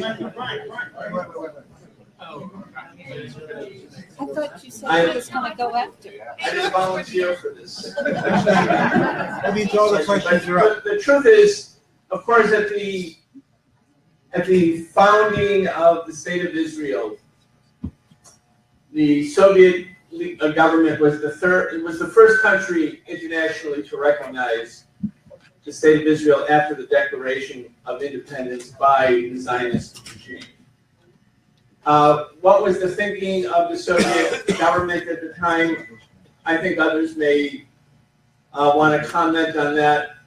I think that there was an expectation that the Zionist regime, because of the predominance of social democracy among European Jewry, that it would be a sympathetic government towards the Soviet Union at the time of the Cold War, when the Cold War was developing. I think that was the calculation. I do have to say, though, while that decision could be criticized, the Soviet government very soon thereafter realigned itself, and certainly the Soviet Communist Party realigned itself to be steadfast supporters of the Arab Revolution and Pan-Arabism, and of course became a fundamental sort of anchor for the Palestinian communist movement and those who would have been constituting the center of the PLO, including Arafat. So while it's easy to step back and say, why did the Soviet government do this, or why did the Soviet government do that? How can we rectify the sin of the Soviet leadership at a particular time? We can go through many places where the Soviet government perhaps took positions that were considered to be paramount to the Soviets' national interests, which at that time were the interests of peace. Let's not forget, this was 2 years after World War II ended. 27 million Soviets had died. The U.S. dropped a nuclear bomb. The U.S. was encircling the Soviet Union.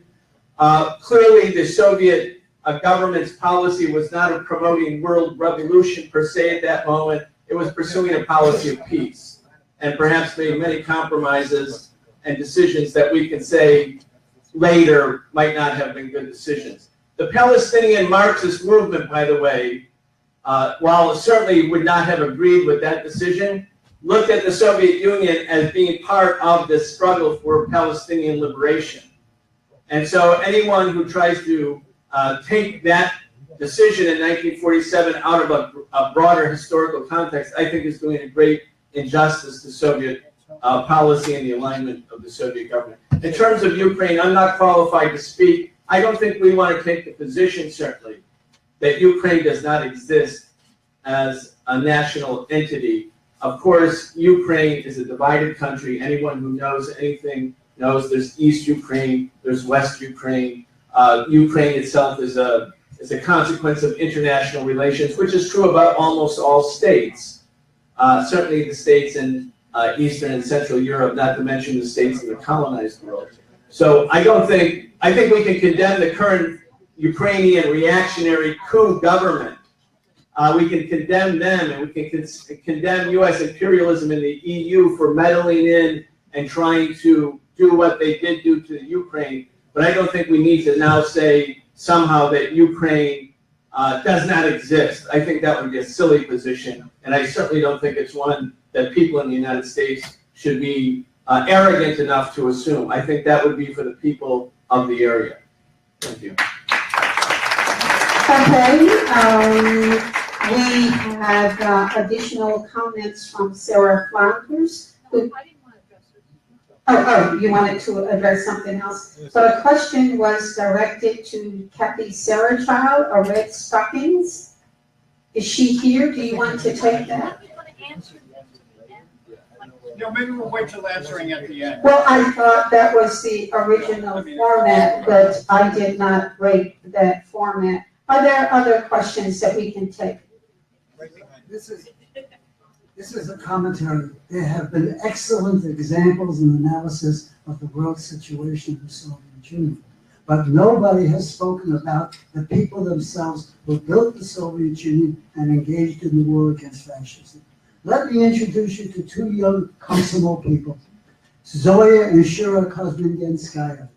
Zoya was a captain in the tank, the best tank in World War II, T-54, and he and his crew were killed in a tank battle. But Zoya, a young teenager, left her mother, crossed the no man's land, and joined the partisans. She was captured by the fascists, brutally tortured.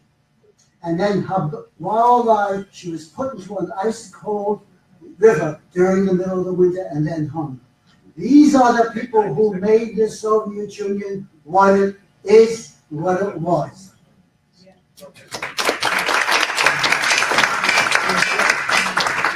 I have been instructed that we have to close down the Q&A comments and questions, and that those issues on the floor will be addressed after. I tried to give you the mic. Do you want to say something now? Thank you, Sarah Flounders from Workers' World. First, I did want to thank the organizers of this event for the spirit of respect and comradely attitude in organizing the event and carrying out the meeting today. And it is what's needed in terms of building greater unity going forward. We need unity against imperialist war. We need unity against really the white supremacist movement that has reached a new level of racism, extremism, and great danger. I wanted to make a comment on the changing character of the working class, because I think these are the kind of opportunities we need to think about when we talk about both marginalized youth, precarious workers, millions of prisoners. That the working class today in the U.S. more consciously reaching out to the youth who are confronting the white supremacists and confronting the police is also a big step toward unity. Just an invitation also to everyone who's here. We're having our national conference in 2 weeks. And I think it's another way of continuing discussion, continuing an invitation to how do we take steps again and again, look for opportunities to be engaging with each other and doing so in a way that is respectful and comradely. Well, Sarah, could you give us more information or point to a desk outside where someone can pick up the information about your upcoming conference? Love to. Our conference is in Newark, New Jersey, because it's the 50th anniversary of the Newark Uprising, the Newark Rebellion. Really, we want to salute that uprising, that rebellion, especially this year. So it's going to be in Newark, New Jersey, and there's a table out front with some invitations, some literature, and some programs, and it's open. Thank you, Sarah. Thank you. Okay. Okay, Oh, the gentleman over there. Just a question for Mr. Becker. How do we assess Nikita Khrushchev and his reforms that were cut off when he was thrown out of power? I think he had some reforms that seemed to be rather intelligent, and he wasn't able to put them through. 30 seconds. 30 seconds. I think it would be better for someone else, since I just spoke. Yeah. Okay. Grover, would you like to answer that? No, Grover's speaking. Grover's speaking. Why don't we let somebody else why don't we let Dr. Monteiro speak? No. Or I'm not. Michela, no. Larry? Nobody wants that. That's a question for Soviet So now we're going to hear from. So Grover will take it later. No. First, we have one more speaker from the floor. Okay. Young lady. Oh, okay, good. Anybody else want to speak? Everybody should be loud. No one is excluded from speaking if you have something to say, but we do have time limitations. Okay. So I think Mao said it best. Women hold up half the sky, and you cannot build a socialist revolution without building. Further away from the other equipment. If you stand over here, it'll probably be. Right. This is messing me up right now. Okay, so what I wanted to say is that Mao said it best, that women hold up half the sky, and you can't have a socialist revolution or think about the future without thinking about that. And the Russian Revolution was a primary example of not only fighting for political and economic power and equality amongst women, but also social and economic power for women, and that's super vital and super important to the struggle that we're trying to build today. But the women's struggle goes beyond just women itself, and it's about thinking about the commonality and intersections with other struggles and how do we unite that And you can't be a feminist without talking about Black liberation, without talking about free Palestine, without speaking against imperialism. And so I just wanted to say that it's super important that we keep that into our perspective, and as we continue to build a united front for a socialist America, I look forward to that victory, and that we always remember that united, that's the only way that we can win. Yeah. Any questions on this side? Any questions on this side? That's it.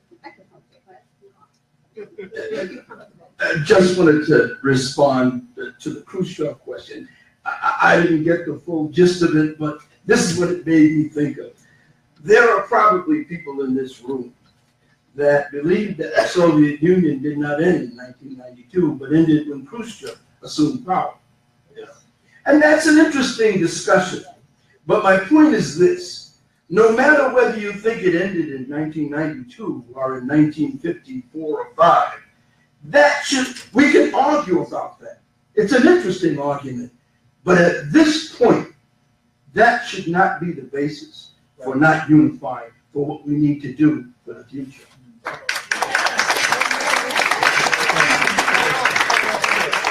Okay, that'll be it for the comments and questions. And now we have a couple more speakers. One of them is for the closing. To the closing, yeah, the final speakers. I'd like to call on Grover Furr, prerogative of the chair. I've known Grover for 51 years before he got involved in analysis of the Soviet Union, before he had even read Robert Conquest, which turned him on when he discovered that all the sources were false. Grover. Thanks, Tony. Thanks to everybody. Tony told me I have 5 minutes. I've timed it out. This is a little bit less than 5 minutes. So bear with me here. Tonight, we celebrate the single most important event of the 20th century. Russia's working class, headed by the revolutionary communists of the Bolshevik Party, and its leader Vladimir Lenin, freed 1/6 of the world's surface from capitalism. The world was changed forever. The rulers were now the ruled. All over the world, exploiters trembled. In 1848, the Communist Manifesto of Karl Marx and Friedrich Engels described why workers were oppressed and told them what to do about it. The manifesto declared that in making a revolution, workers had only their chains to lose. 70 years later, the Russian Revolution proved that the chains of oppression could be ripped off completely. The Communist Party was the crucial factor. Its leader, Vladimir Lenin, wanted to be totally committed to revolution, no compromise. Under its leadership, the workers single-mindedly pursued the goal of state power and the dictatorship of the proletariat. Some so-called leftists advised against revolution. They claimed that the capitalist system could be reformed so it could better serve the workers. Lenin and the Bolsheviks would have none of this. They had confidence in the workers. The communists and workers knew from experience that voting would never result in a real change of the social order. The world's capitalists launched a counteroffensive. What was left of the Russian ruling class joined hundreds of thousands of foreign troops from 14 countries, including the United States, which poured into Russia to try, in Winston Churchill's words, to quote, strangle Bolshevism in the cradle. The fight against this counter-revolution took far longer than the seizure of power. Supported by the vast majority of workers and peasants, the fledgling Red Army triumphed. Foreign soldiers, most of the workers too, did not fight well against them. Here are a few of the reasons why the Bolsheviks, the Soviet communists, succeeded. The Russian bourgeoisie was weak and poorly organized. The capitalists had only gained power in February 1917. Russian workers saw no essential differences between the Tsar and the capitalists. The Russian working class had been steeled in revolutionary battle. Insurrections had occurred in 1905 and in February 1917, involving many workers in battle, often under Bolshevik leadership. Significant portions of the working class and peasantry were won to the key concept of revolutionary violence, without which no revolution can succeed. By November 1917, the Bolsheviks were entrenched in key areas in major cities, in industry, communications, the army, and the navy. The Bolsheviks understood that they could turn imperialist war into civil war. The attention of the Russian ruling classes was focused on the European battleground, leaving their internal flank wide open to attack. The Bolsheviks had built a worker-peasant alliance, telling the peasants to take all the land from the landowners. This drew all poor peasants and agricultural workers to revolutionary leadership. After 1928, the Soviet system of production was for use, not for profit.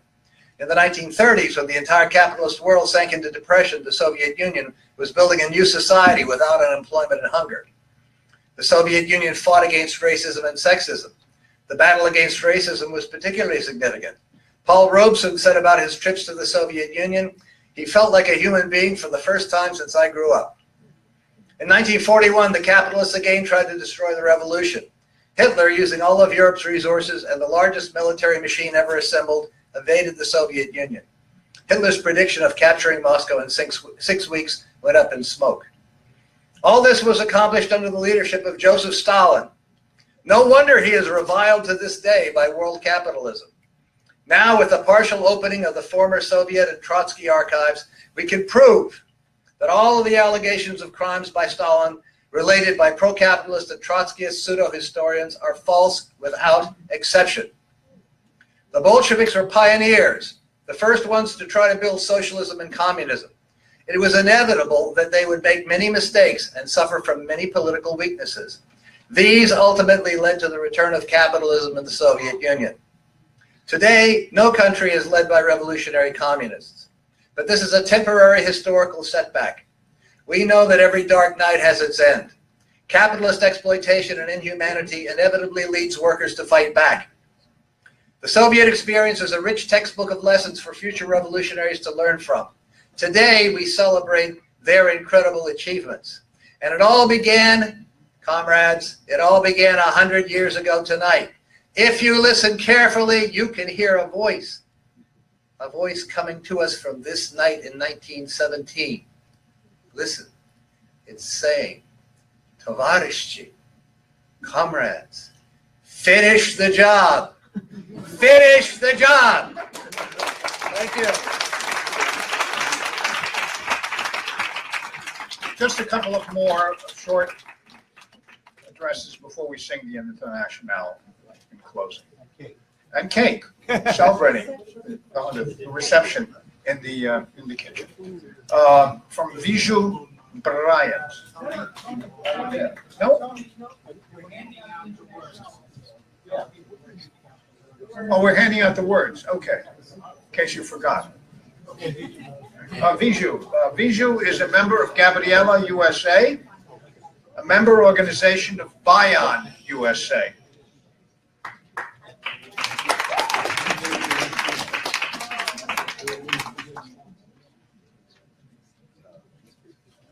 Hi, warm militant greetings, comrades, and a shout out to my comrades who are watching in the lobby because they weren't able to get in because of the ID situation. So shout out to them in the lobby. So I'm giving some closing remarks, and this one is learn from and apply the lessons of the great October Socialist Revolution. On behalf of the organizing committee for tonight's commemoration, we would like to extend our gratitude to all those who made this event a success, to the planners, designers, writers, social and print media campaigners, speakers, and everyone who made it here. The victory of the Bolshevik Revolution 100 years ago was the first instance in history when the working class, as the leading force of revolution, seized political power from the ruling bourgeois class, and it held long enough against tremendous odds to build socialism. The lessons of this victory are more relevant and urgently needed to be applied. These lessons include the dictatorship of the proletariat to replace the dictatorship of the bourgeoisie, the need for a vanguard party as the proletariat's advanced detachment, and the need to unite the people against imperialism. The working class in the US are facing unprecedented attacks by the ruling class and the rotten system of monopoly capitalism. In order to avert class consciousness and revolutionary class struggle in the US, the ruling financial oligarchy employs its brutal tactics of division, deception, and destruction in their war against workers and the poor. Yet even these tactics cannot pull the working class away from the path of revolutionary class struggle. Unbridled oppression and exploitation push people toward revolution. Today we are in the era of modern imperialism and proletarian revolution. especially because of the betrayal of socialism by revisionism and the full restoration of capitalism in revisionist-ruled countries. By the very crisis of imperialism itself creates the best conditions for people's resistance and liberation movements. Therefore, we are confident of the prospects for the next wave of revolutionary struggles and the subsequent advance for socialism. We are now in the period of great transition to the full resurgence of the anti-imperialist, democratic, socialist movements. The key to advance the victories of the proletariat revolution is the building of the revolutionary parties of the proletariat under the guidance of Marxism, Leninism, and the application of this theory on the history and circumstances of every country through the adoption and implementation of the general line of struggle of the revolutionary forces and the people against imperialism and all reaction for the purpose of seizing political power and building socialism. Long live the lessons of the great October Socialist Revolution. Unite to defeat imperialism and advance proletarian revolution.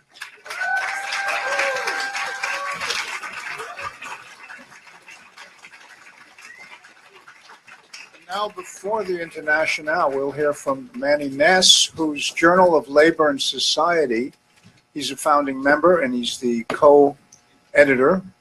And this is his, okay, I won't, he's very humble.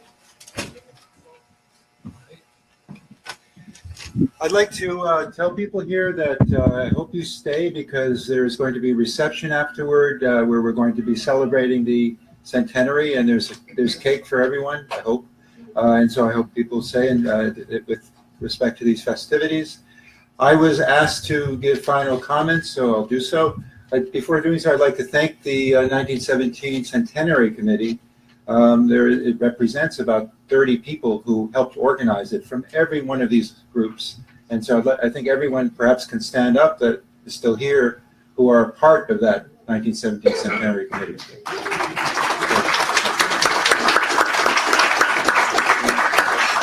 Thank you very much.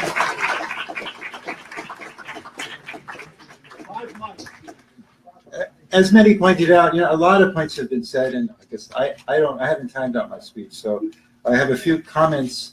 First of all, I'd like to start with some ideas and principles of the revolution that I think are important, and I think that we celebrate it for. And I'll start with the idea of worker Soviets as being crucial in understanding what it means to create socialism. I think virtually every socialist in this room believes in the idea of worker control and workers producing and creating a society in their interests and not in any capitalist interests. And so everyone here would agree on that, I believe, that we must create socialism, and that socialism must be democratic and it must not be liberal democratic. And that is why I make a second point, and that is the significance of the dictatorship of the proletariat. Many of us think of it as being some kind of coercive force that we must oppose. I remember as a kid, dictators, who wants to live in a dictatorship? But liberal democracy and authoritarian democracy is a dictatorship.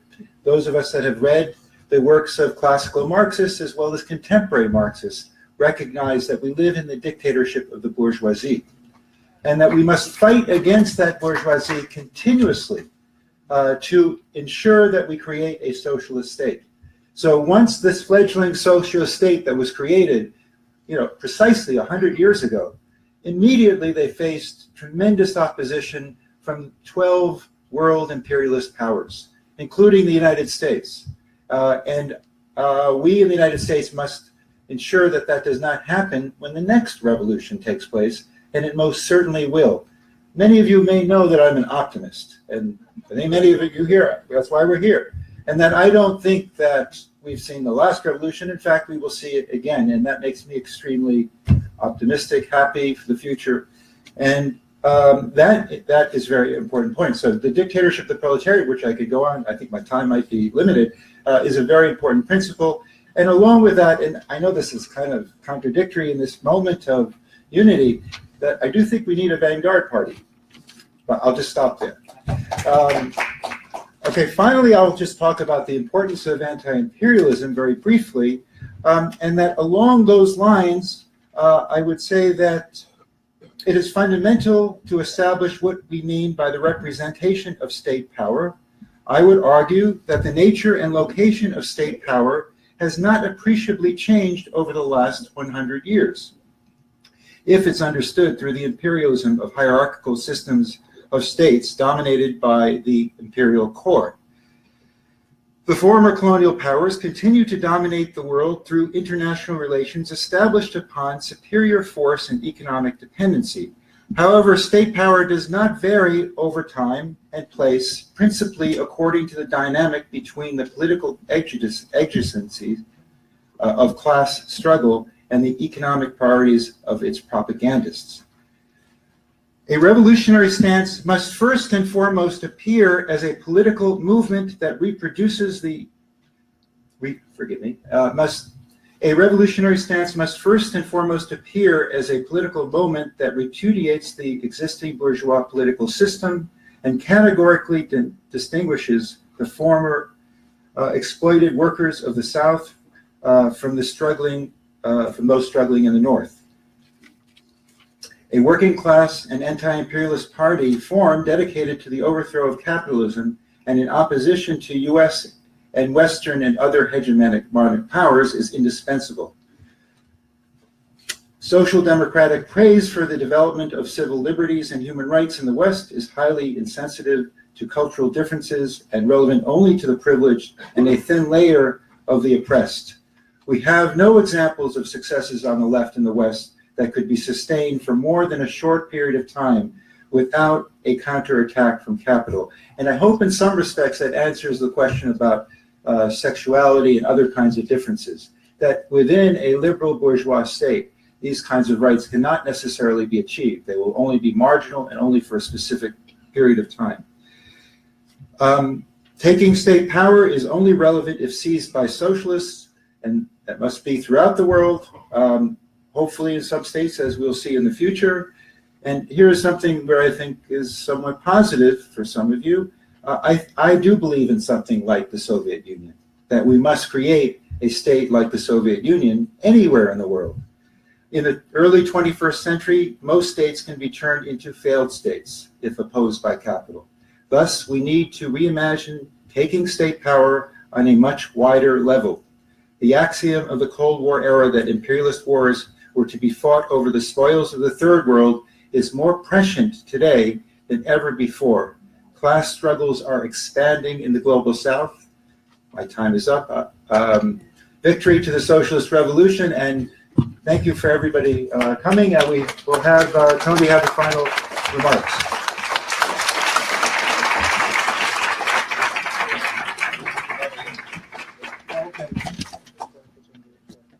Oh yes, I forgot one thing which I forgot because time is up. I'd like to thank Black Agenda Report for the article and publishing.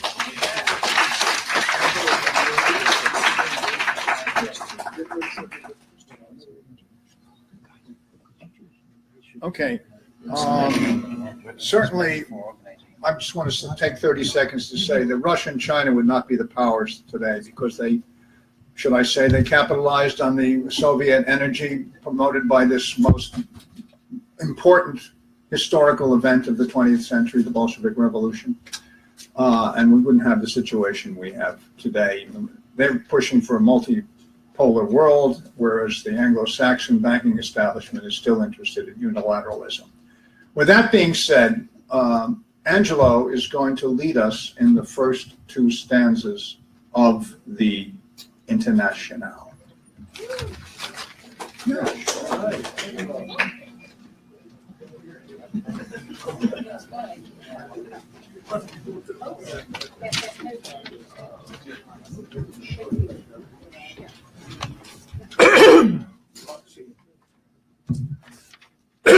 Comrades and friends, this is the final conflict for tonight.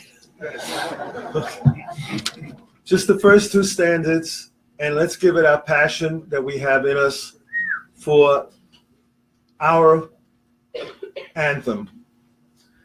After this, we have a cake for the 100th anniversary of the Bolshevik Revolution. Please, nobody leave unless you get a piece of the cake. Okay? Okay. You ready? Arise, ye prisoners of starvation. Arise, ye wretched of the earth. For justice thunders condemnation. A better world's in birth. No more traditions chains shall bind. Thus arise, ye slaves, no more enthralled. The earth shall rise on new foundations. We shall be one. We shall be all. 'Tis the final conflict. Let each stand in his place. The international working class shall be the human race. 'Tis the final conflict. Let each stand in his place. The international working class shall be the human race. Thank you very much. Thank you. Don't forget, don't leave without the cake. Thank you. Long live the great October Socialist Revolution! Sorry, it's okay, do what you gotta do. And that ends our broadcast. We will be hosting this at this website, so tell your friends, come back and check it out. And there'll be a YouTube posting in the next couple of days. The address will also be posted right here at this event website. Thank you for watching. Thank you, Don. Thank you, Don. Thank you. He has to do it again.